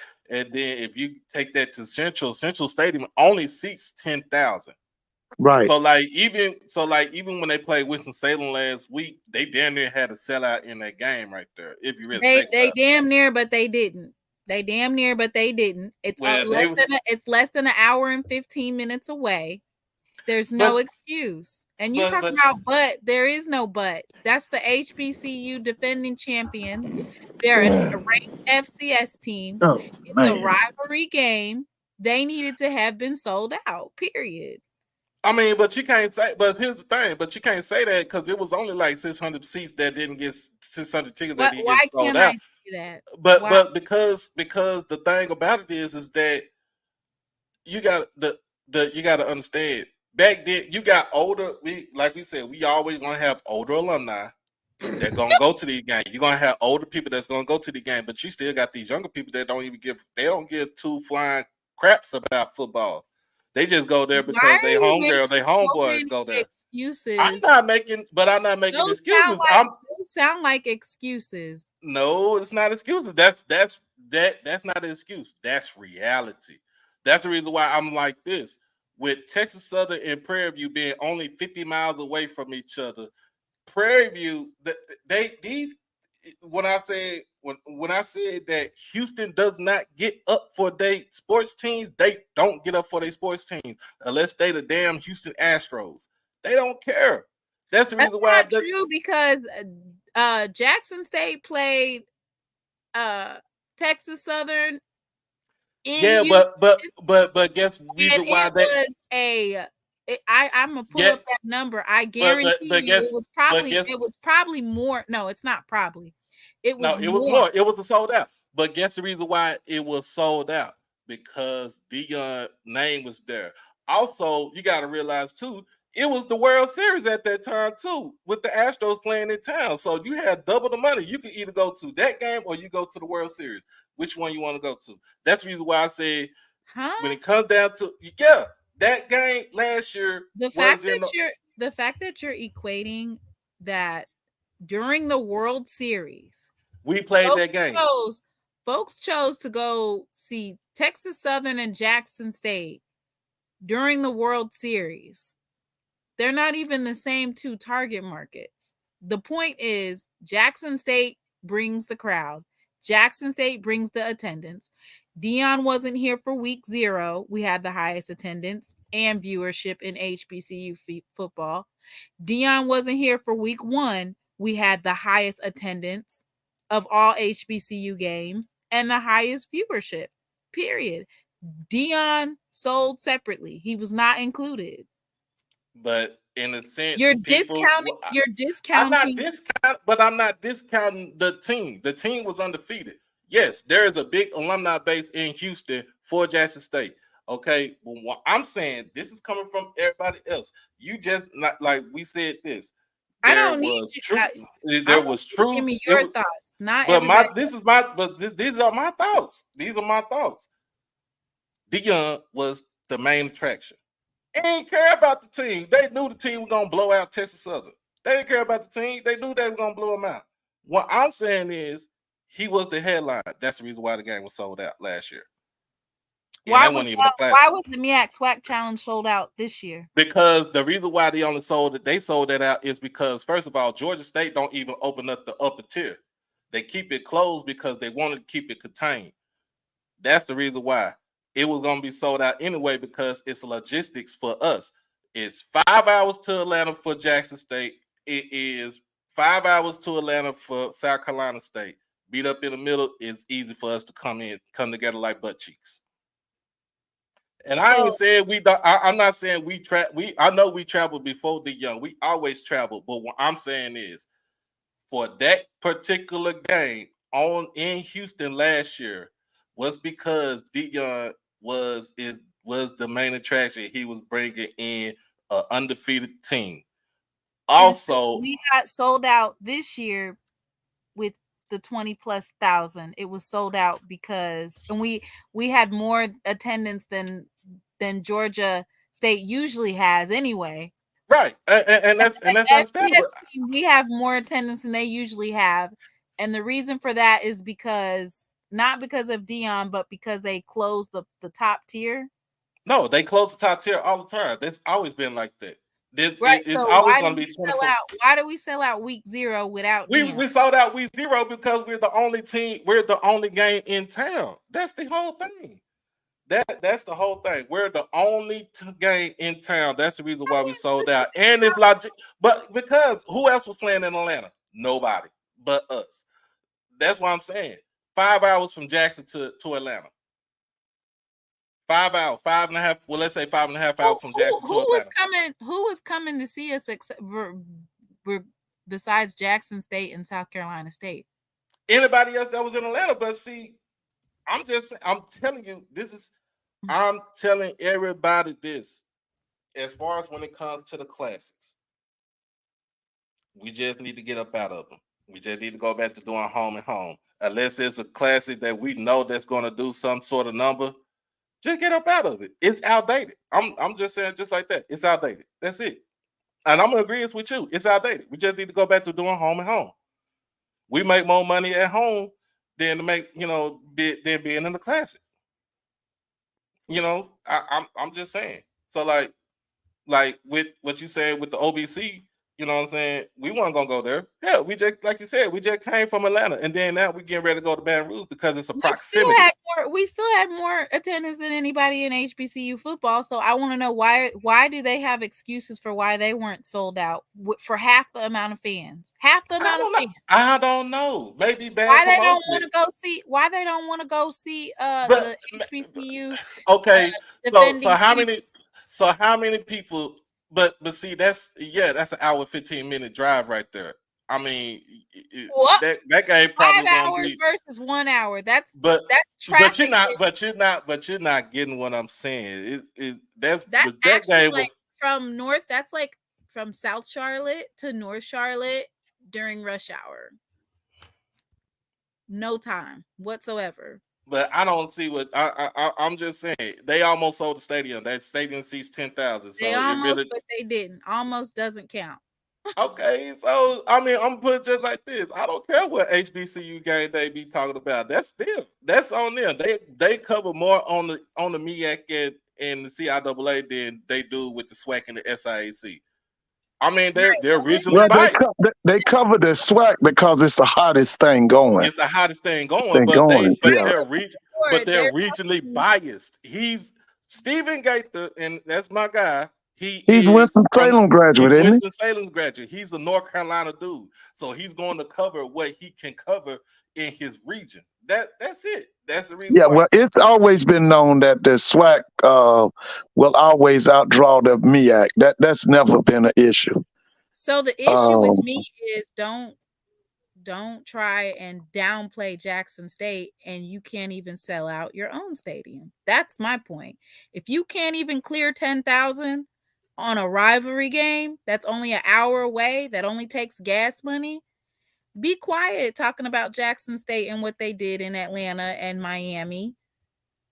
Your fans well, the other thing now, ever since Cornell Maynor left, now Winston-Salem has been on the ground. Been on the ground. Yeah. They've been on the ground. They still scored 21 points against North Carolina Central this past weekend. Yeah, but they listen. Winston-Salem's been pathetic for. Let me see. That guy, he went to Hampton first, and then he came to Alabama A&M. That's been over 10 years ago. So Winston-Salem, they got to win to get the people, because at one time they did kind of, like you said, that was a big rivalry between Winston-Salem and Central, Winston-Salem and A&T. But because Winston-Salem has been down on the ground about the last 10 years, ain't nobody following them. And remember, Central used to be a D2 school before they even became. Yeah, they were CIAA. Yeah, that's right. So that's the reason why they kept that rivalry right there. They kept it. That's the reason why most of those schools, MEAC, CIAA, keep those rivalries, because they used to be in the same conference. CIAA. Yeah, they were all in the CIAA. But what's the name? That program has been down for a while. The Rams, that's what they are. The Winston-Salem Rams been down for a while. Mm-hmm. Yeah.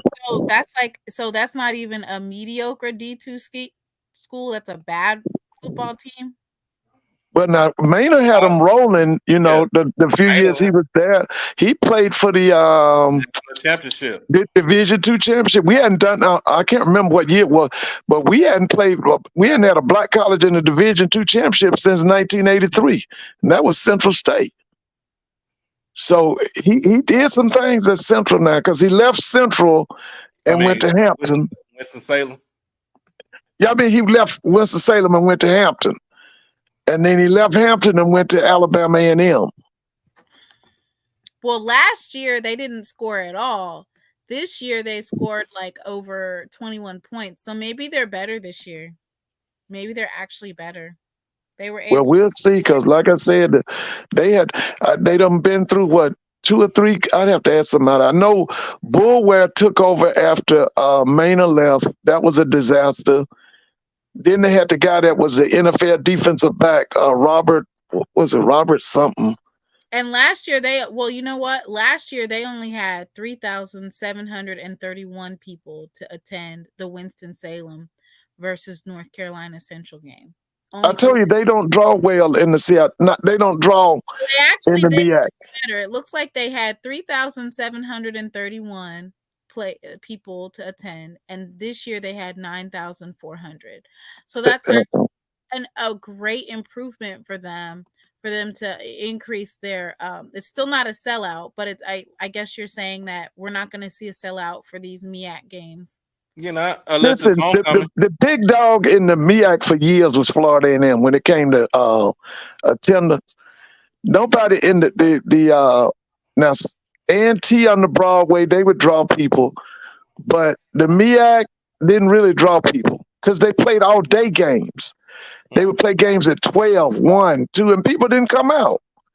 And the thing that FAM did on them was FAM played at night, and FAM would draw over 20,000. But the MEAC is never, they don't draw a lot of fans. They never have. And they won't. They won't. They've never drawn a fan. They won't. So the game against Central and A&T, and it's in Greensboro, they probably draw about 20,000. Yeah. You're saying that's right. The game this weekend? Yeah, the Aggie Eagle Classic. They'll draw 20. Yeah. They'll probably draw 20,000. 20,000. It is not the reason they're going to come out is because after that game, other than Norfolk and Hampton, their alumni won't see another black team. They won't see no more black teams. It'll be Central. They'll get a chance. I think they'll play Norfolk, and then they'll play Hampton. Mm-hmm. And then And I just think, the realty is like it really doesn't matter what we do at the away games because those don't even count towards our overall attendance. What no, matters is our no, home games. yeah, So I wouldn't get too I was just all I did was state facts. That's all. And I'm getting pushback for stating facts. I'm just asking questions based on facts. So the only thing that really matters though is the home attendance. That's what is going to be taken into account when they total up everything. What did you do at home? That's what matters. yeah. Those MEAC schools have never been, A&T on the Broadway. They were drawing some big crowds at home. But right now it's going to be basically the homecoming crowd and maybe their arch rival. That's it. That's it. That'll be it. Because the MEAC, when it came to tennis, they were never close to the SWAC. Never. Their biggest tennis team was always Florida A&M. That was their tennis. And what they would do, see, Florida A&M was one of the few schools in the MEAC to travel. Some of the schools in the MEAC didn't travel at all. They waited for FAMU to bring their fans so they could make money off FAMU. Then when it was time to go to Tallahassee, they never showed up. So FAMU got tired of it and said, let's go to the SWAC. Well, the state government got tired of it because FAM was flying up to them schools up in Baltimore, flying up to Morgan, flying up to Delaware, Coppin State, Delaware State, and all that. And they were, drawing a lot of fans, but they were still, coming up like $700,000 in debt from travel. And so the Florida state government said, "This is over. We can't do this no more." And that's why they joined the SWAC. They didn't have no choice. The state government told them, "We ain't doing this no more." And then the biggest draw for the MEAC in terms of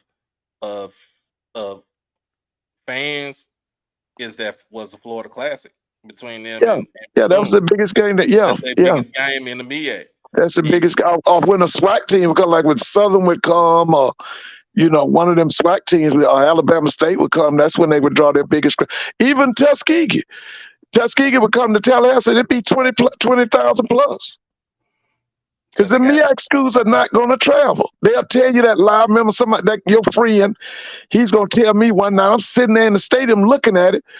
Every time that Alcorn played North Carolina A&T in the Celebration Bowl, Alcorn had more people there. They have more people because they travel. The MEAC teams do not travel. What is the reason for them not traveling? Logistics. They just don't travel. They don't travel. Like you got to go. When you talking about going to, like I said, as far as football, going up to Delaware to go play, going to Baltimore to play, and then before let's just say when Winston-Salem was in the MEAC, Savannah State was in the MEAC.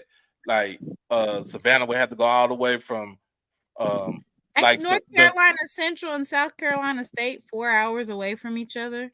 I don't know. I never. Yeah, that's about right. Yeah, that's Orangeburg to Durham. Yeah. It's cool.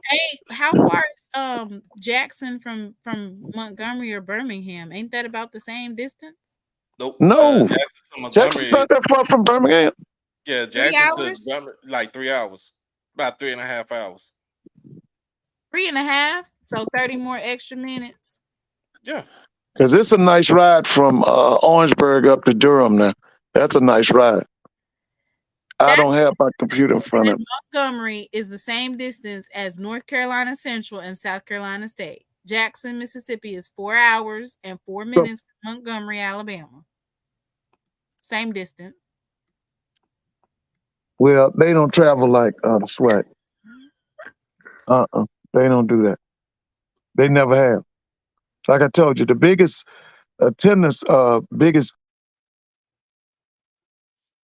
That was their biggest program. North Carolina Central from Delaware State is 5 hours and 30 minutes.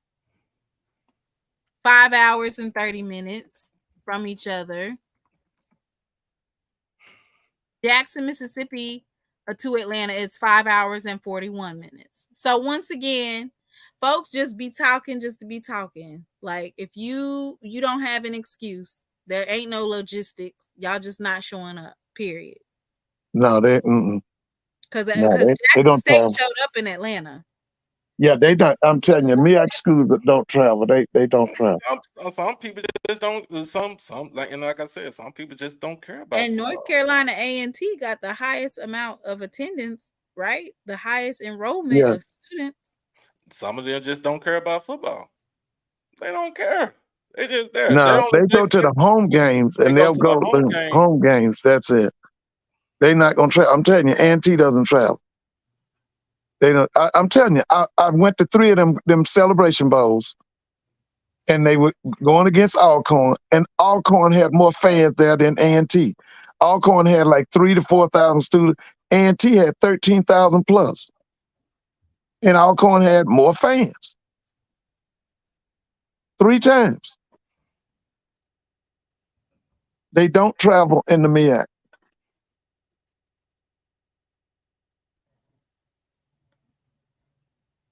It's crazy. I guess they don't just even try to increase attendance or to increase support. They just automatically say we don't travel and we don't travel for football. But they want to comment on what Jackson State do. It don't make no sense to me. If my Well, it's something I have been telling them. See, you got to understand, for 20 plus years, the MEAC had no leadership. Dr. Dennis Thomas was one of the worst commissioners in the country. He was terrible. The only thing he worried about was taking pictures, and I think he gave him a new MEAC logo. That's the only thing he can claim. He was terrible, and they allowed him to do nothing for, I think, almost 20 years. And the lady that they have now, she basically trained under Dennis Thomas, so is she gonna be like a teacher? She ain't gonna do nothing either. So that's from the top, he would give the football programs a media day, but he wouldn't give the basketball programs a media day. He didn't care nothing about the student athletes, and they kept him 20 years. That's benign neglect. Well, we'll just get off this subject right here because it is what it is. Hey, you know what? Look, we are the crowd. We draw the crowd. So always have. I'm just always have. We're just gonna keep it above. We always draw a crowd. But yeah, other the than that, SWAC has always been the envy when it came of other black schools and even majority white schools. They would look at the attendance, like you said, of the BoomBox Classic, the Soul Bowl, the Bayou Classic, the one in Birmingham, Magic the one City, in Orlando, the Magic City, and they would be astounded because I remember. I'll never forget a guy knew he worked for the Atlanta Journal-Constitution. I think his name was Jeffrey Denberg. He was so upset because he couldn't, at the time, Tennessee State hadn't won a game, FAMU hadn't won a game. And I think they played at the Georgia Dome and they drew over 50,000. And he was just like, well, how can they draw a crowd like that and they hadn't won a game? Because they, like I said, those schools have always been, especially those SWAC schools, have been the envy of the nation. Jackson State has led the nation in attendance, 40-something years, right? About a little bit over 30 years. 30 years, yeah. They've always been the envy of the nation. You've got to remember last year or the year before, Jackson State averaged more fans than Vanderbilt and the University of Arizona. On one day last year, Mississippi State and Alabama played, and Jackson State had more people at their game. It was on the same day. Jackson State had more people at their game than Mississippi State and Alabama. Yeah. Yeah, and the thing about with the MEAC, this is what I would agree with MEAC, Mike. Y'all playing the basketball region. The Yeah. Carolinas, Yeah. Maryland, Virginia, DMV, that's basketball for y'all. You Yeah. know, being here in the South Florida, Alabama, Louisiana, Texas, Mississippi, even Arkansas. It's all football. We all football. Football is king in the South. So And don't I'm a, forget the MEAC plays all them day game. Cause that's one thing I love football, but I can't sit out there in the sun. I can't do it. no, I can't If do it. it's not a night game, I'm not going. But yeah, now let's get to the predictions. We need to get some predictions on this score for Saturday. BoomBox Classic in Baton Rouge again. New team.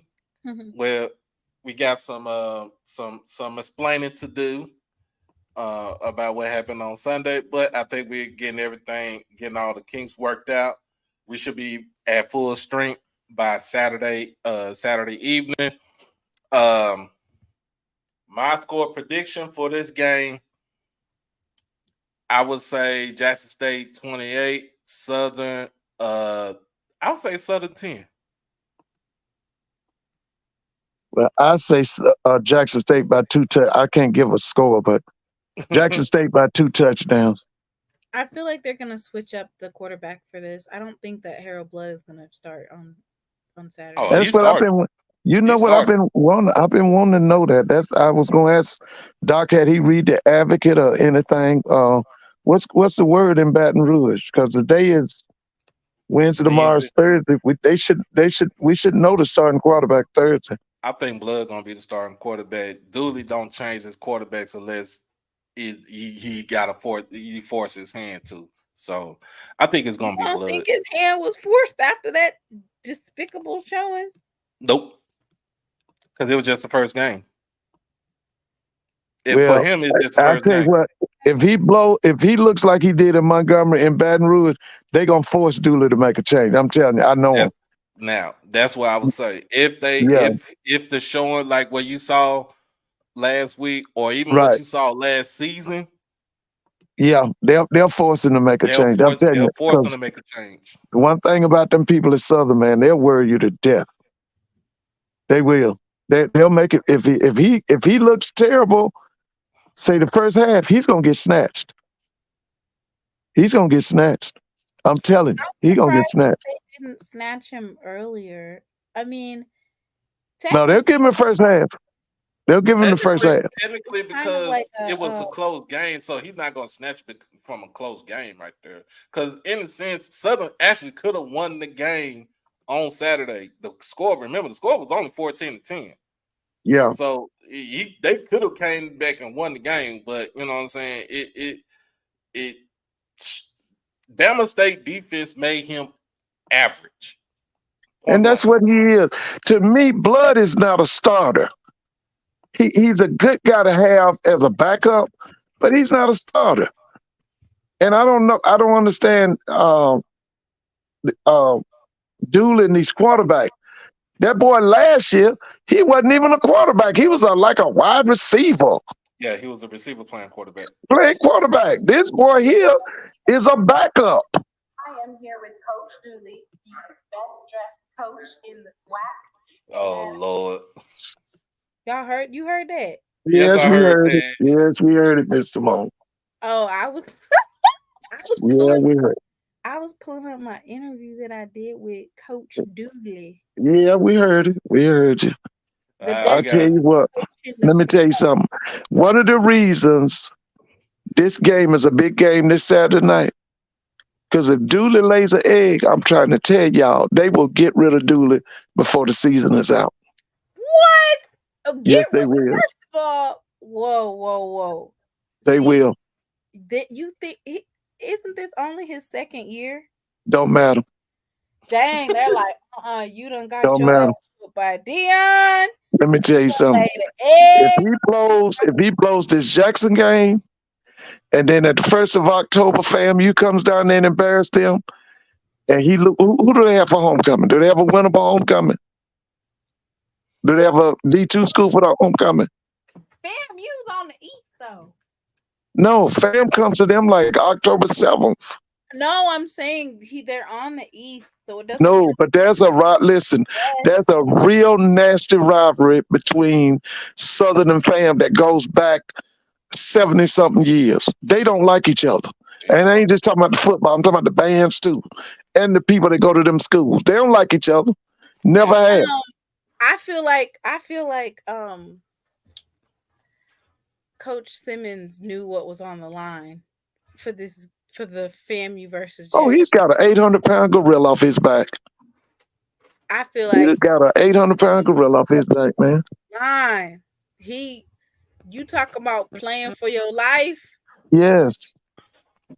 Yeah, he had to win that game. Yes, he did. He had to win that game.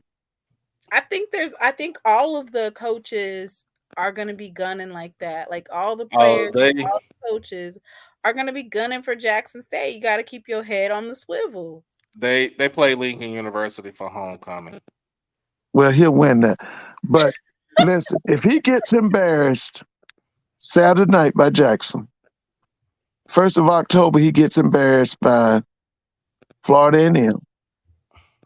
And he gets embarrassed by Alcorn, loses Alcorn.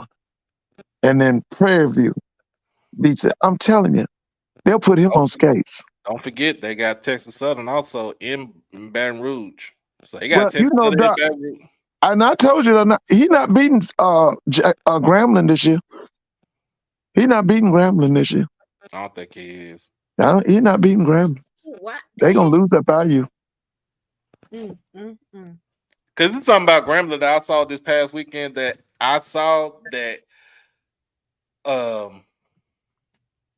made me say they can actually contend in the SWAC West. Yeah, I did. That's what I saw too. That's the same thing I saw. That Western Division is a toss up. Yeah, but I still say it's Grambling and Prairie View. It's them two teams right there. But then too, people said that the East is up for grabs also. So they're not even giving FAMU any type of they ain't giving them any type of pull to even see if they could get the division. That's crazy.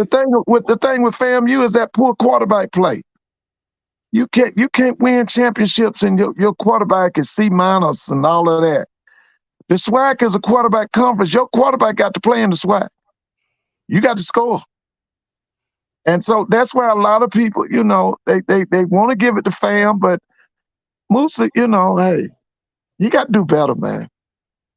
He got to do better. But see, my thing with Musa is Musa cannot carry a team.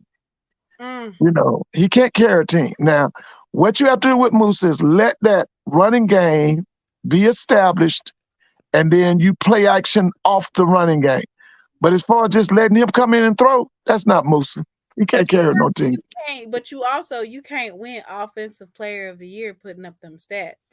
Folks was over there saying I was hating because I pointed out that there were 6 quarterbacks that threw more yardage than Musa. And folks was thinking that I was referring to Jason Brown just because he was at the top. But I wasn't even focused on Jason Brown. There's 5 other quarterbacks who have thrown more passing yardage and touchdowns than the preseason Offensive Player of the Year. You're going to have to show me something because... Yeah, that's what I said.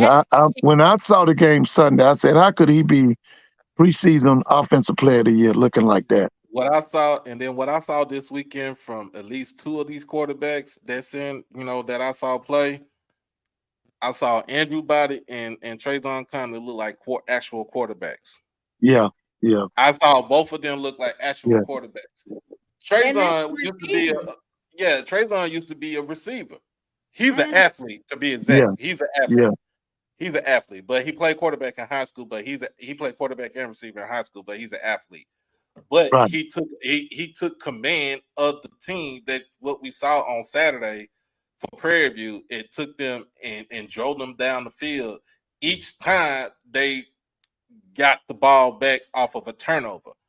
Andrew Body, on the other hand, minus those 2 turnovers late in the fourth quarter, looked like a QB that was like, look, I got to put my foot on their neck. You know what I'm saying? I got to, Right. you know, we got to just put them to sleep. And for 3.5 quarters, that's what Andrew Body did, because they had a 17-point lead. Like I said, they had a 17-point lead in this game. Quay Davis looked like a damn. He looked like a all, you know what I'm saying, swag receiver. AJ Right. Bennett played both sides. There's nobody even talk about that. How AJ Bennett played receiver and he played cornerback for Texas Southern. Had a couple of pass breakups. He had 2 touchdowns in the game. He had over, I think he had over 80 yards receiving. So they did what they were supposed to do. You seen the receiver. Yeah, you seen Juice Jenkins. He had some, you know, he played a good game. Caleb Johnson played a good game. Amon Antoine played a good game. Keyshawn Johnson on the defensive end for Prairie View, he had 14 tackles in this game. Mr. Ford, Harold Blood, as bad as he played, still had more yards than Jeremy Musa. Yeah, but the thing about him, he can't spark that team. That's why I'm telling y'all, what if they don't handle this Blood situation, Blood's gonna get Dooley fired. You just watch and see, because see, y'all don't know how upset them people was about that last year's quarterback situation. With all them boys, all that talent, that's a 10-win team, and you won what? Doc, you won what, 6? 7. What? They went 7 and 5. I'm in game Southern won last year. They won 6 games because they backdoored 6 him. games. That's what I'm talking about. Listen, if they don't handle this Blood situation, these people are gonna get this man fired. I'm telling you. Y'all gonna see. Y'all gonna see. So Mr. Jones said right now, who's the best quarterback in the SWAC? Right now, Jason Brown. Yeah, I would go with Jason, Crawley, Body, the way Trayvon. I would go with Trayvon. I would go with that crew right there right now. Mm-hmm. Now I think they're gonna separate as the season goes on, but right now I would go with Jason, Crawley, Body, and Conley. Those are the top 4 with passing. Yeah, I would go with them. The guy that I want to burst out, and I really want him to have an outstanding this year, is Demetrius Davis. I want Demetrius to show out. Yeah, he's next in line. I want him to show out. I like what he did Saturday. He didn't have to put the game in his hand all the way through. He used the complementary pieces around him. Right. How ran the ball. So I mean, Keyshawn Johnson, I think he had a little bit over 100 yards. He put on the show. That Keyshawn Johnson is the real deal. So like, hey, it's just getting those numbers, getting your passing numbers up, but he was efficient as a passer. I'm just so happy he finally got an offensive coordinator. I can see what that guy's doing. I can see it. I can see what he's doing. Whereas last year they were just throwing stuff on the wall. Trying to see if it stick. yeah, see if it'll stick. Just do anything. But I see a system now. I see some organization. I see some discipline.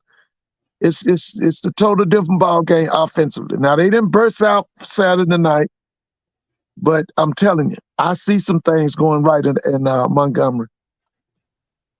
Mm-hmm. So yeah, I'm gonna be real with you.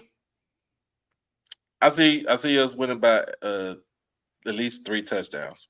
Yeah, I said that's what 28. I said 28 to 10. I said 28 to 10. We might see. I might see them go 35. If so, Timona, I might see us. What we always say, by 40. Say nothing right now. I'm I can see it. You just don't you ain't gonna say nothing right now. They come No, on. I need to redo my look over about Southern, because some of the people that when I did my slides on Southern, they not there no more. I had Carl, his name is Carl Ligon or whatever his name is. Yeah, the running back. They were supposed to be the best running back in the SWAC. They were supposed to have the best running back room in the SWAC. Now I don't know if that's the case. And then with Harold Blood and that showing was Alabama State's defense that good, or was Harold Blood that bad? He was that bad, and they were good too. They were good, but he's bad. I was He can't spark that team. It was both. I ain't gonna say. I ain't gonna lie to you. It was both.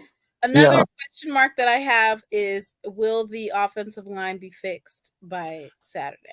Will that left tackle be fixed? That's what your last guest said it was. What's the guy's name you just had on? Travis said that. Travis said he said that the left side been remedied, that they addressed it. Mm-hmm. I mean, I didn't hear that because I just came up here. Yeah, you didn't hear. My thing is that bit, like I said last night, it doesn't matter if it's rectified or not. They still gonna tackle it as a weak spot. So if I'm a defensive coordinator, even though y'all are saying that it's been remedied, the first place I'm going is I might even put two. I don't know if I would put two a hybrid linebacker edge and then an edge right on that same side to blitz. Oh, that's gonna happen anyway. You always overcrowd the weak side. We call that the left side was always called the weak side because most teams are right-handed. But we always did that. We always tried to overcrowd the weak side. Everybody does that. And so what you remedied, they're going to definitely attack that. But second, we no longer have JD Martin. So this is another. Wait. You mean he's off the team? No, he's injured until week 5. Until week 5. Okay. So another thing that we have to take into account with these away games, which hurts us, is you don't have the ability to utilize all of your depth because you're limited to who can travel. So are we going to see Ezekiel Johnson getting some touches? He got a couple touches in FAMU, but I think that when you're running number 5, they know he's getting ready to come. And for me, he kept on going up the middle too much for me. You needed to go out left or out right. I didn't. What number is Ezekiel Johnson? 36. That's Wilkerson's old number, but they kept trying to push number 5 up the middle. I need to see number 5 going out to the left and going out to the right. Okay, what's the story on Ezekiel Johnson? Where's he from? Mr. Ford, did you get a chance to watch the spring game? He was the running back that showed out in the spring game. Did he come from somewhere? Or is he a freshman? No, he's a walk-on. Walk-on, yeah. Oh, he's a walk-on? Mm-hmm. He said that he wanted to be a part of the team. He was trying to try out when Deion Sanders was there, but he wasn't able to make the date. Like, he was too late. He enrolled in Jackson State, and he made sure to be in Jackson on time for these tryouts, and he made the team.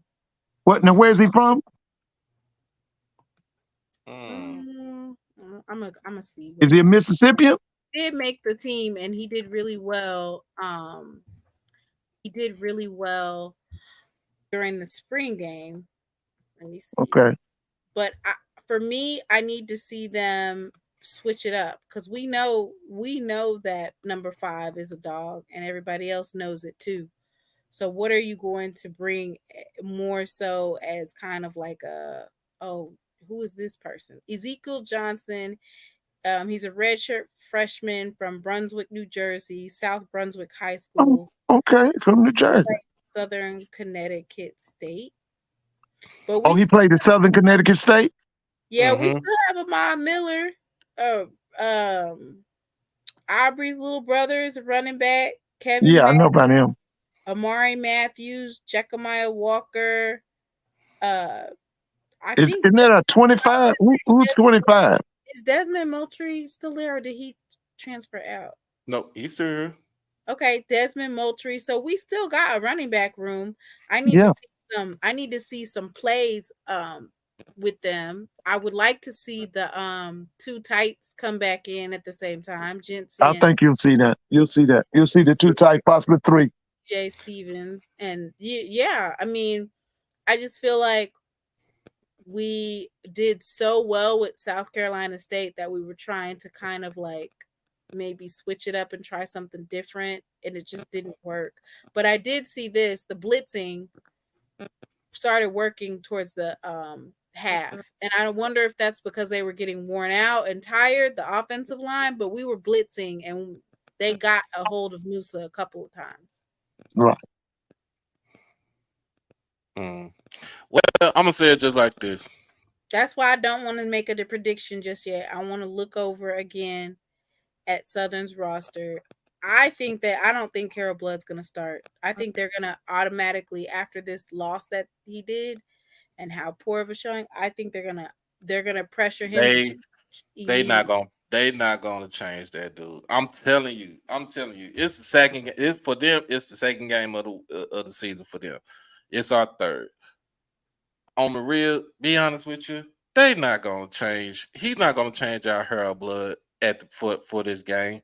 He's going to keep him in there. He doesn't have anybody else that can get up for this game. He's not gonna put. He said that they had a freshman on the F2. but they got two of them. But he's not gonna for this game right here. He ain't putting that freshman in the game right now.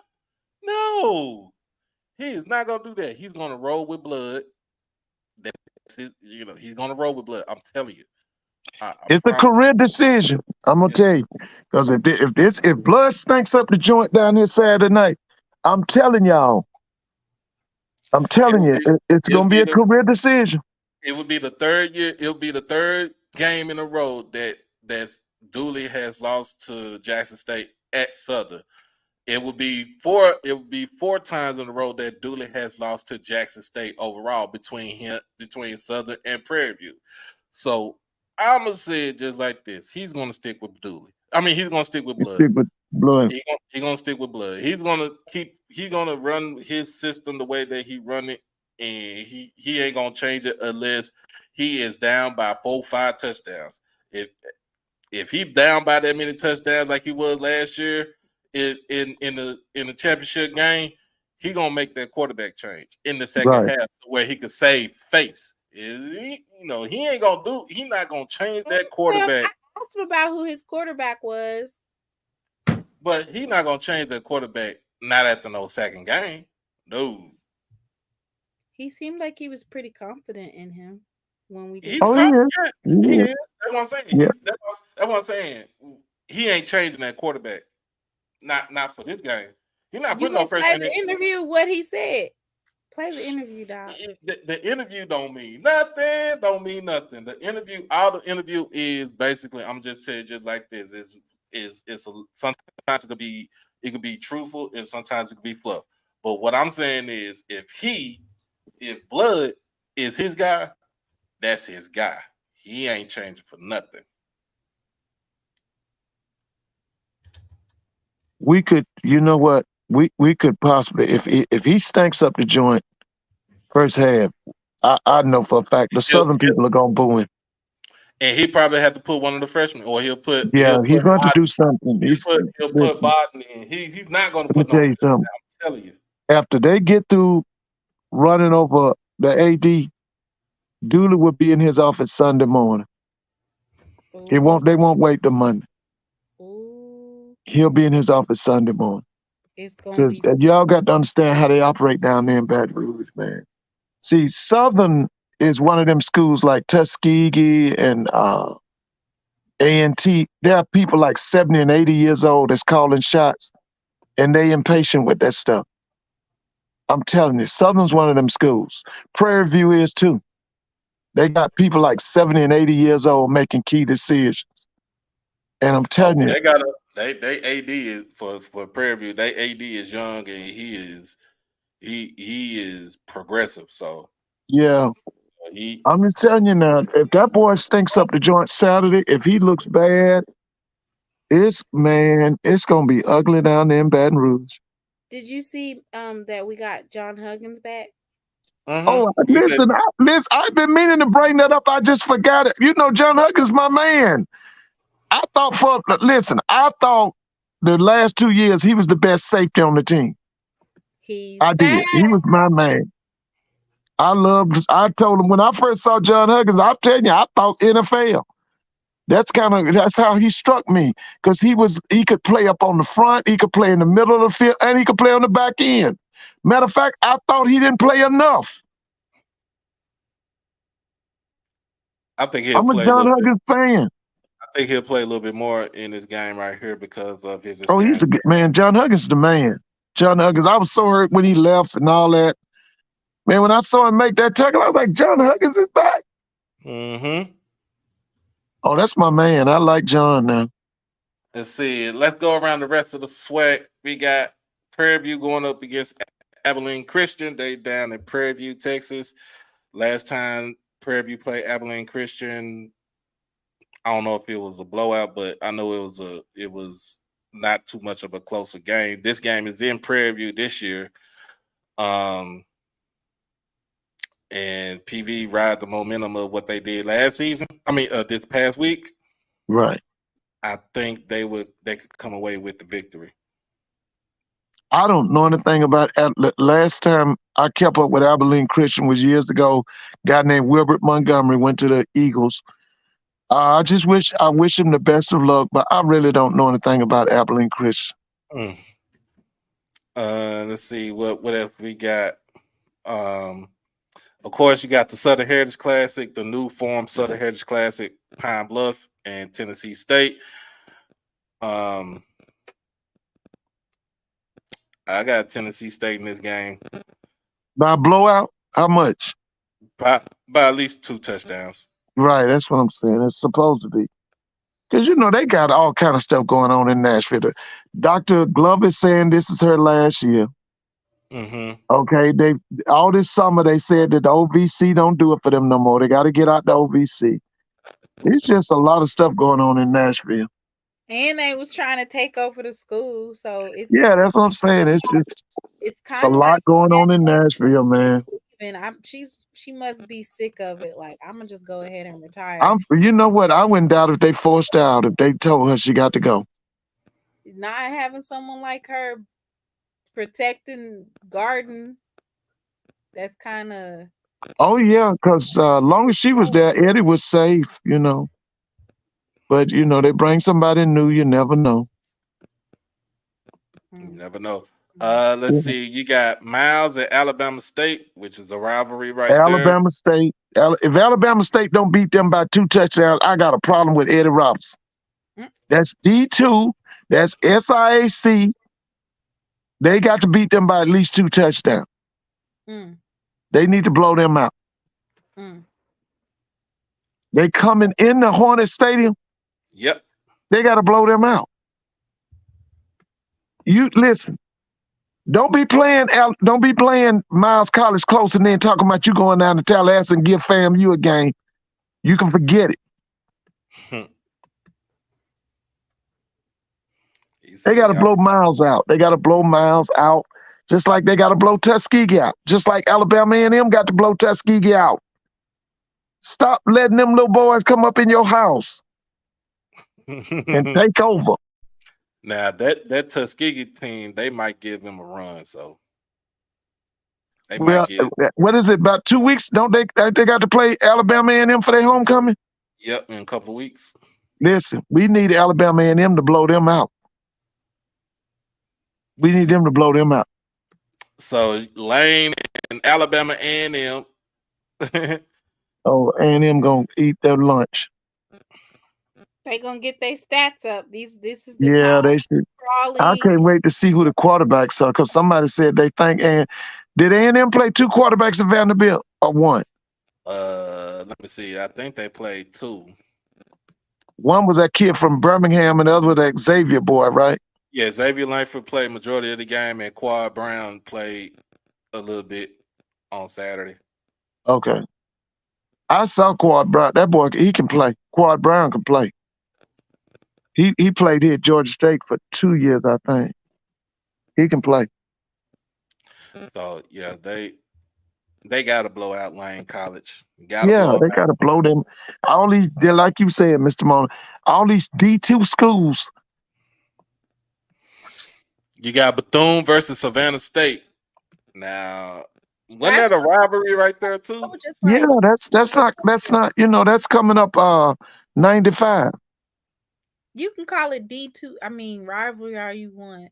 It's not a fair advantage to play a D2 school, and you can't. I don't know. We ain't gonna get on rankings, but okay, more rivalries. Well, so Bethune played with Savannah State. I mean, They should beat them up. Ooh, They should beat Savannah State up. what Where's that game? it's lose? in Bethune. It's in Daytona. They should beat them up. You got Texas Southern versus Toledo. We talked about You that know earlier. Toledo gonna blow them out. That's in Ohio. Yep. They'll go up there and get that check and come on home. Let's see. We got FAMU versus South Florida. Let's see how long Fam can stick with them. They got a new program down there. The guy, I think he was on what's the guy's name at Tennessee? Josh Heupel. He was on Josh Heupel's staff, and he left Tennessee and went down. And he's the new coach at South Florida, I think. They better win. Yeah, they better win this game. South Florida better win this game because next week they got Alabama. Well, Well, you know what they're gonna happen to them next week. You know that's a blowout. That's a blowout. Who is it? Alabama versus who? South Florida. South Florida. USF. I think they're gonna cover the spread. Especially if Alabama this weekend loses to Texas. Ooh. That's gonna be a good game. I think they're gonna cover. They come to Tuscaloosa. Yeah, they go to Tuscaloosa. USF should still cover the spread. No, I don't think Alabama gonna lose in Tuscaloosa, man. Oh no. They don't go to Tuscaloosa. They in Tampa. Oh, they're in Tampa? They in Tampa for this game. Whoa. Wonder why they chose Tampa. I mean, well, you know, South Oh, Florida. you talking about? I mean, I was talking about where's Alabama and Texas? Where's that game? Oh, Alabama, Texas. Oh, that game is in Alabama. It's in Tuscaloosa. Tuscaloosa, yeah. So yeah, I think they should win it. Alabama should win that game. They should win that.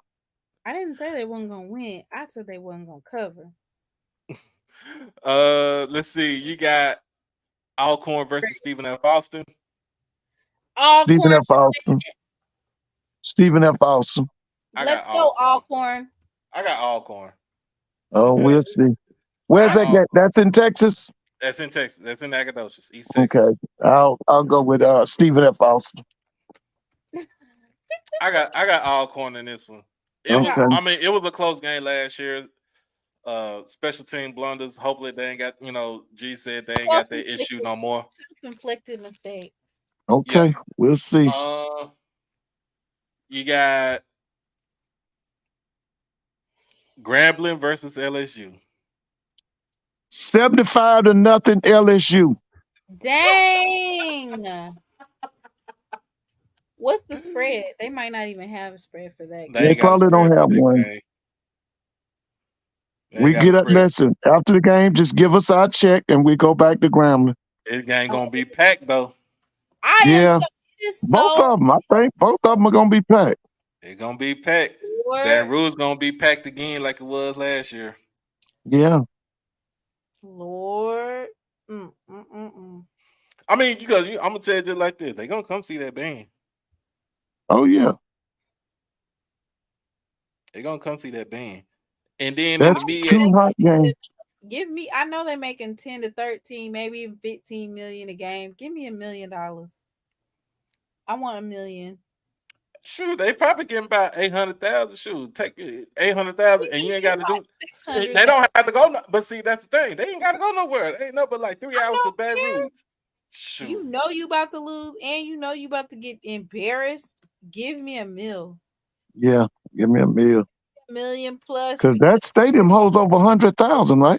Yeah, Yep, and it's gonna be 102,000. packed capacity. Yeah, They they gonna making be in there, baby. 20-30 million a game. Give I me just hope they don't get anybody hurt. I hope nobody gets hurt.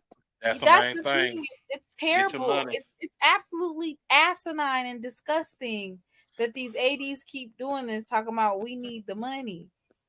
Y'all can make 4 to 5 to 600,000 somewhere else.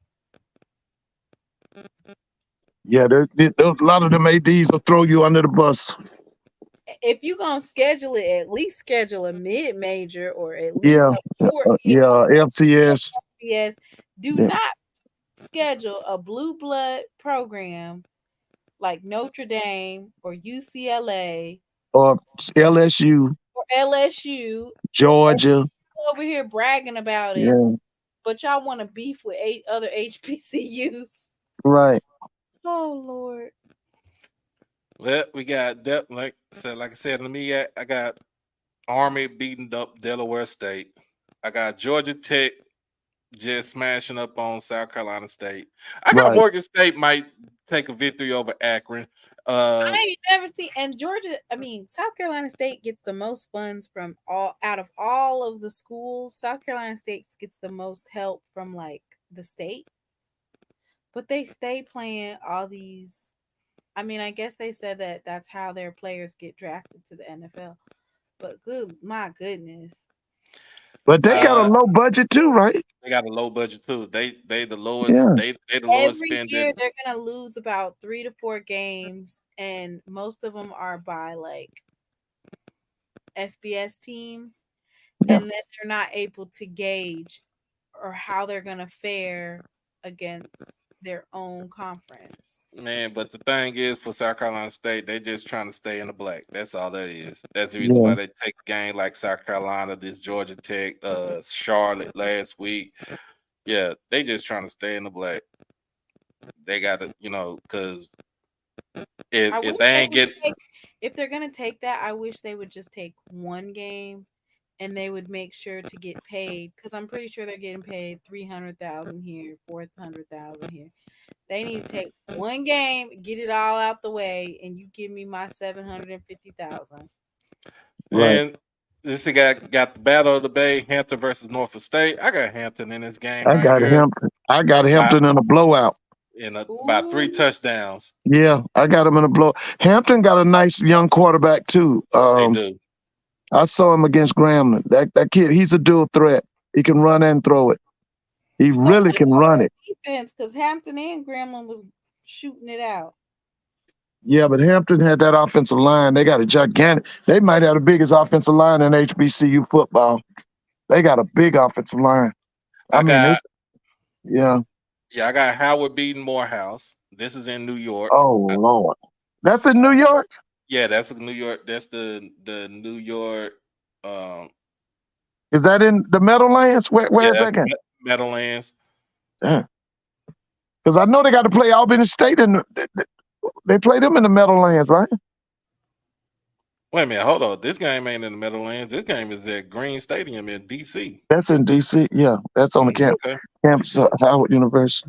Yeah, what they say, it's in DC. Well, I'm gonna just say it like this: Howard in a blowout. Yeah, we gonna find out about Howard when they got to face Hampton over at Audi Field. We gonna find out about them. Oh yeah, that's next week. Yeah, we gonna find out about Hampton. I mean about Howard. Because I'm gonna tell you right now, they ain't gonna beat Hampton. They're not gonna beat Hampton. And then Central versus A&T. Give me Central. I'm gonna give me A&T. You and your partner. Give me A&T. I don't like neither one. They both finna lose. No, Central gonna win that, baby. No. Did they look bad? They played UAB. Was that a blowout?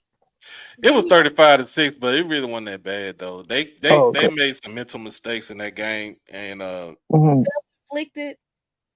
No, I wouldn't say self-inflicted. They just had some mental mistakes in that game. That's what mental means. So Listen, that guy's gonna win that, man. What's his name? That guy is he wants to put a chokehold on black college football. What's that guy's name at Central? go for North Carolina A&T. Which one?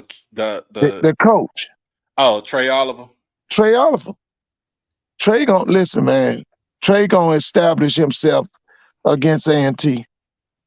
I He think don't North whoop him Carolina again. A&T is gonna win, but they can only win one game because I got that bet with Dave.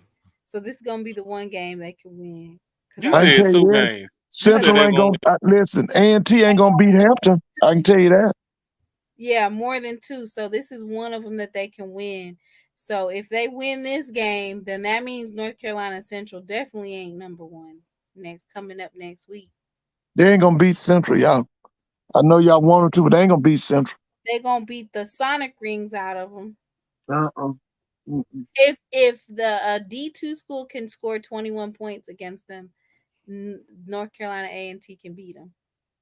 He probably called them up. Said, "Now Trey is a county. He'll put his reserves in now. You know, Trey ain't.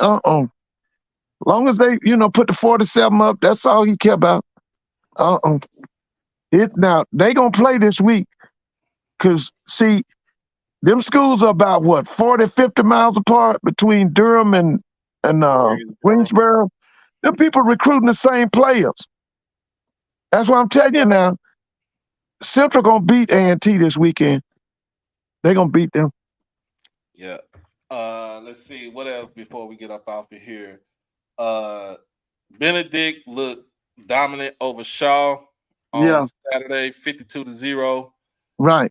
I'm trying to figure out who their quarterback is because whatever Coach Barry was doing in this game, it worked and they blowing them out. And somebody said that Shaw might be the favorite to win the CIAA, and I'm looking at them like that ain't happening. I was about to say Virginia. What about Virginia Union? You got Virginia Union, you got Virginia State, you got Fayetteville State. Fayetteville State was the one that won the whole conference last year. Right. You got those teams right there. I ain't looking at Shaw to win probably like 4 or 5 games. Right. That's what I'm thinking. Because Virginia Union got a program up there. That guy, you know what? I'm looking for that guy at Virginia Union to get a MEAC job or a SWAC job. He has a doctorate. He gonna get the next Southern job if Dooley keep playing. I think it's Chennis Berry. Chennis Berry. I think it's gonna be Chennis Berry. I think they bring Chennis Berry back to well, it's up to Roman Banks though. He's got to make a decision. And of course, you're gonna have the people pushing for a celebrity coach. Wait, I thought you said that it was South Carolina State that was gonna get Chennis Berry. I thought that, I'm thinking that they'll go after him. But Chennis is the hottest property right now for those jobs in the MEAC and the SWAC. He's the hottest thing going. Yeah. He's the hottest name. Yeah. Chennis he'll get a shot at the Norfolk job, South Carolina State, Southern if they make a move. Who else? Your boy on Swacking the Food swear that if McNair don't roll, that he might be gone. But McNair already said that I think he didn't sign no contract extension though. Oh, okay. So he's coaching out his contract. Well, that guy Chennis Berry, man, gonna be able to write his own ticket. I thought his contract ends this year. Yeah, that's what I'm saying. He's coaching out his contract. What that mean? Yeah. Meaning just like if you playing out your contract. Yeah. He's probably not coming back. Yeah. Because how many years he done? Has he done 10 years?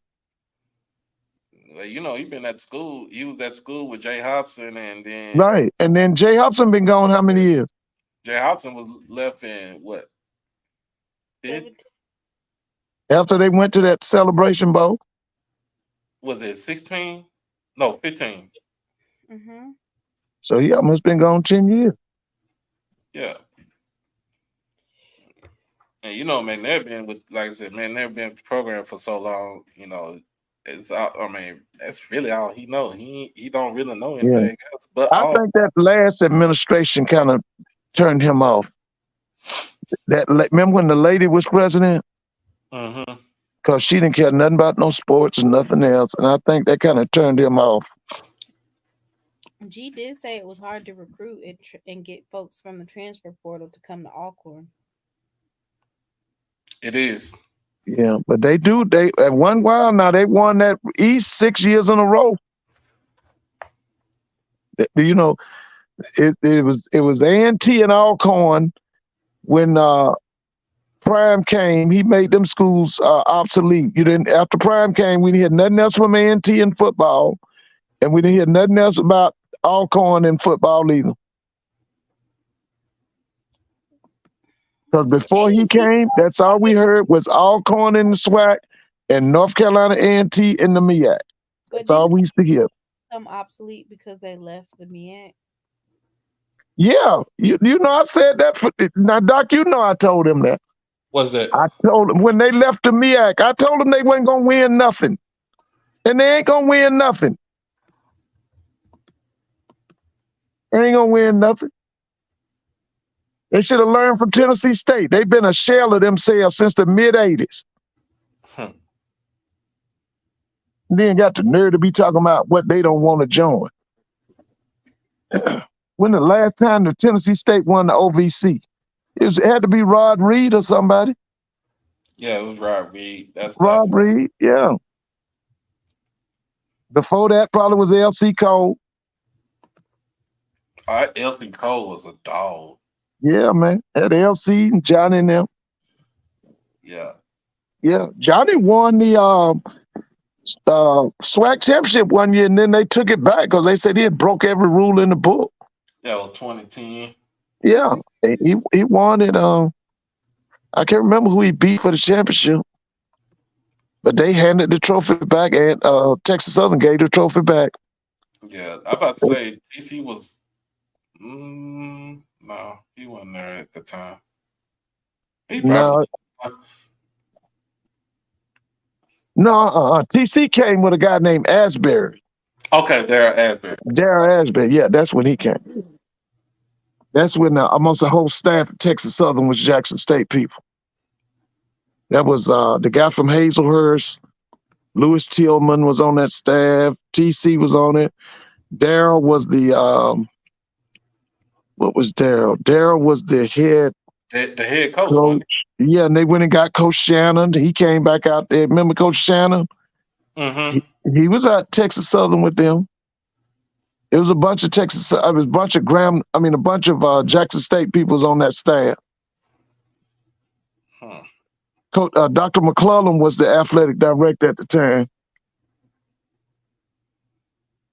I was about to say he must saw something in Asbury because he sure did not last that long at. No. See, they had problems with APR, and I think they was on some kind of probation, and it was just a whole lot of mess. Yeah, they couldn't get nothing going. Well, we about to wrap this thing up because we've been about 3 hours. And I'm tired. Y'all have a good night. When you coming back? Probably Saturday. Okay. Listen, I'm gonna try to watch all the games. Like I said, I can't wait till Saturday, man. Mm-hmm. I can't wait. All right. Mr. Mona, y'all have a good night. Good night, Mr. All right. Good night, y'all. Okay.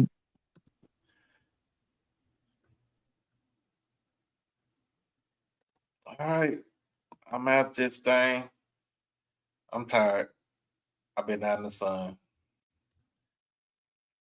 As always, man, we had a good show. Great show today.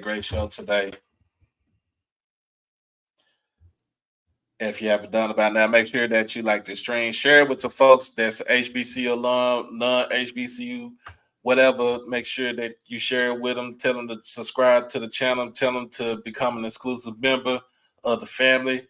I'm your boy, Doc Holliday. I'm the voice of HBCU culture. This is HBCU Tonight in correspondence with HBCU Overdrive live stream.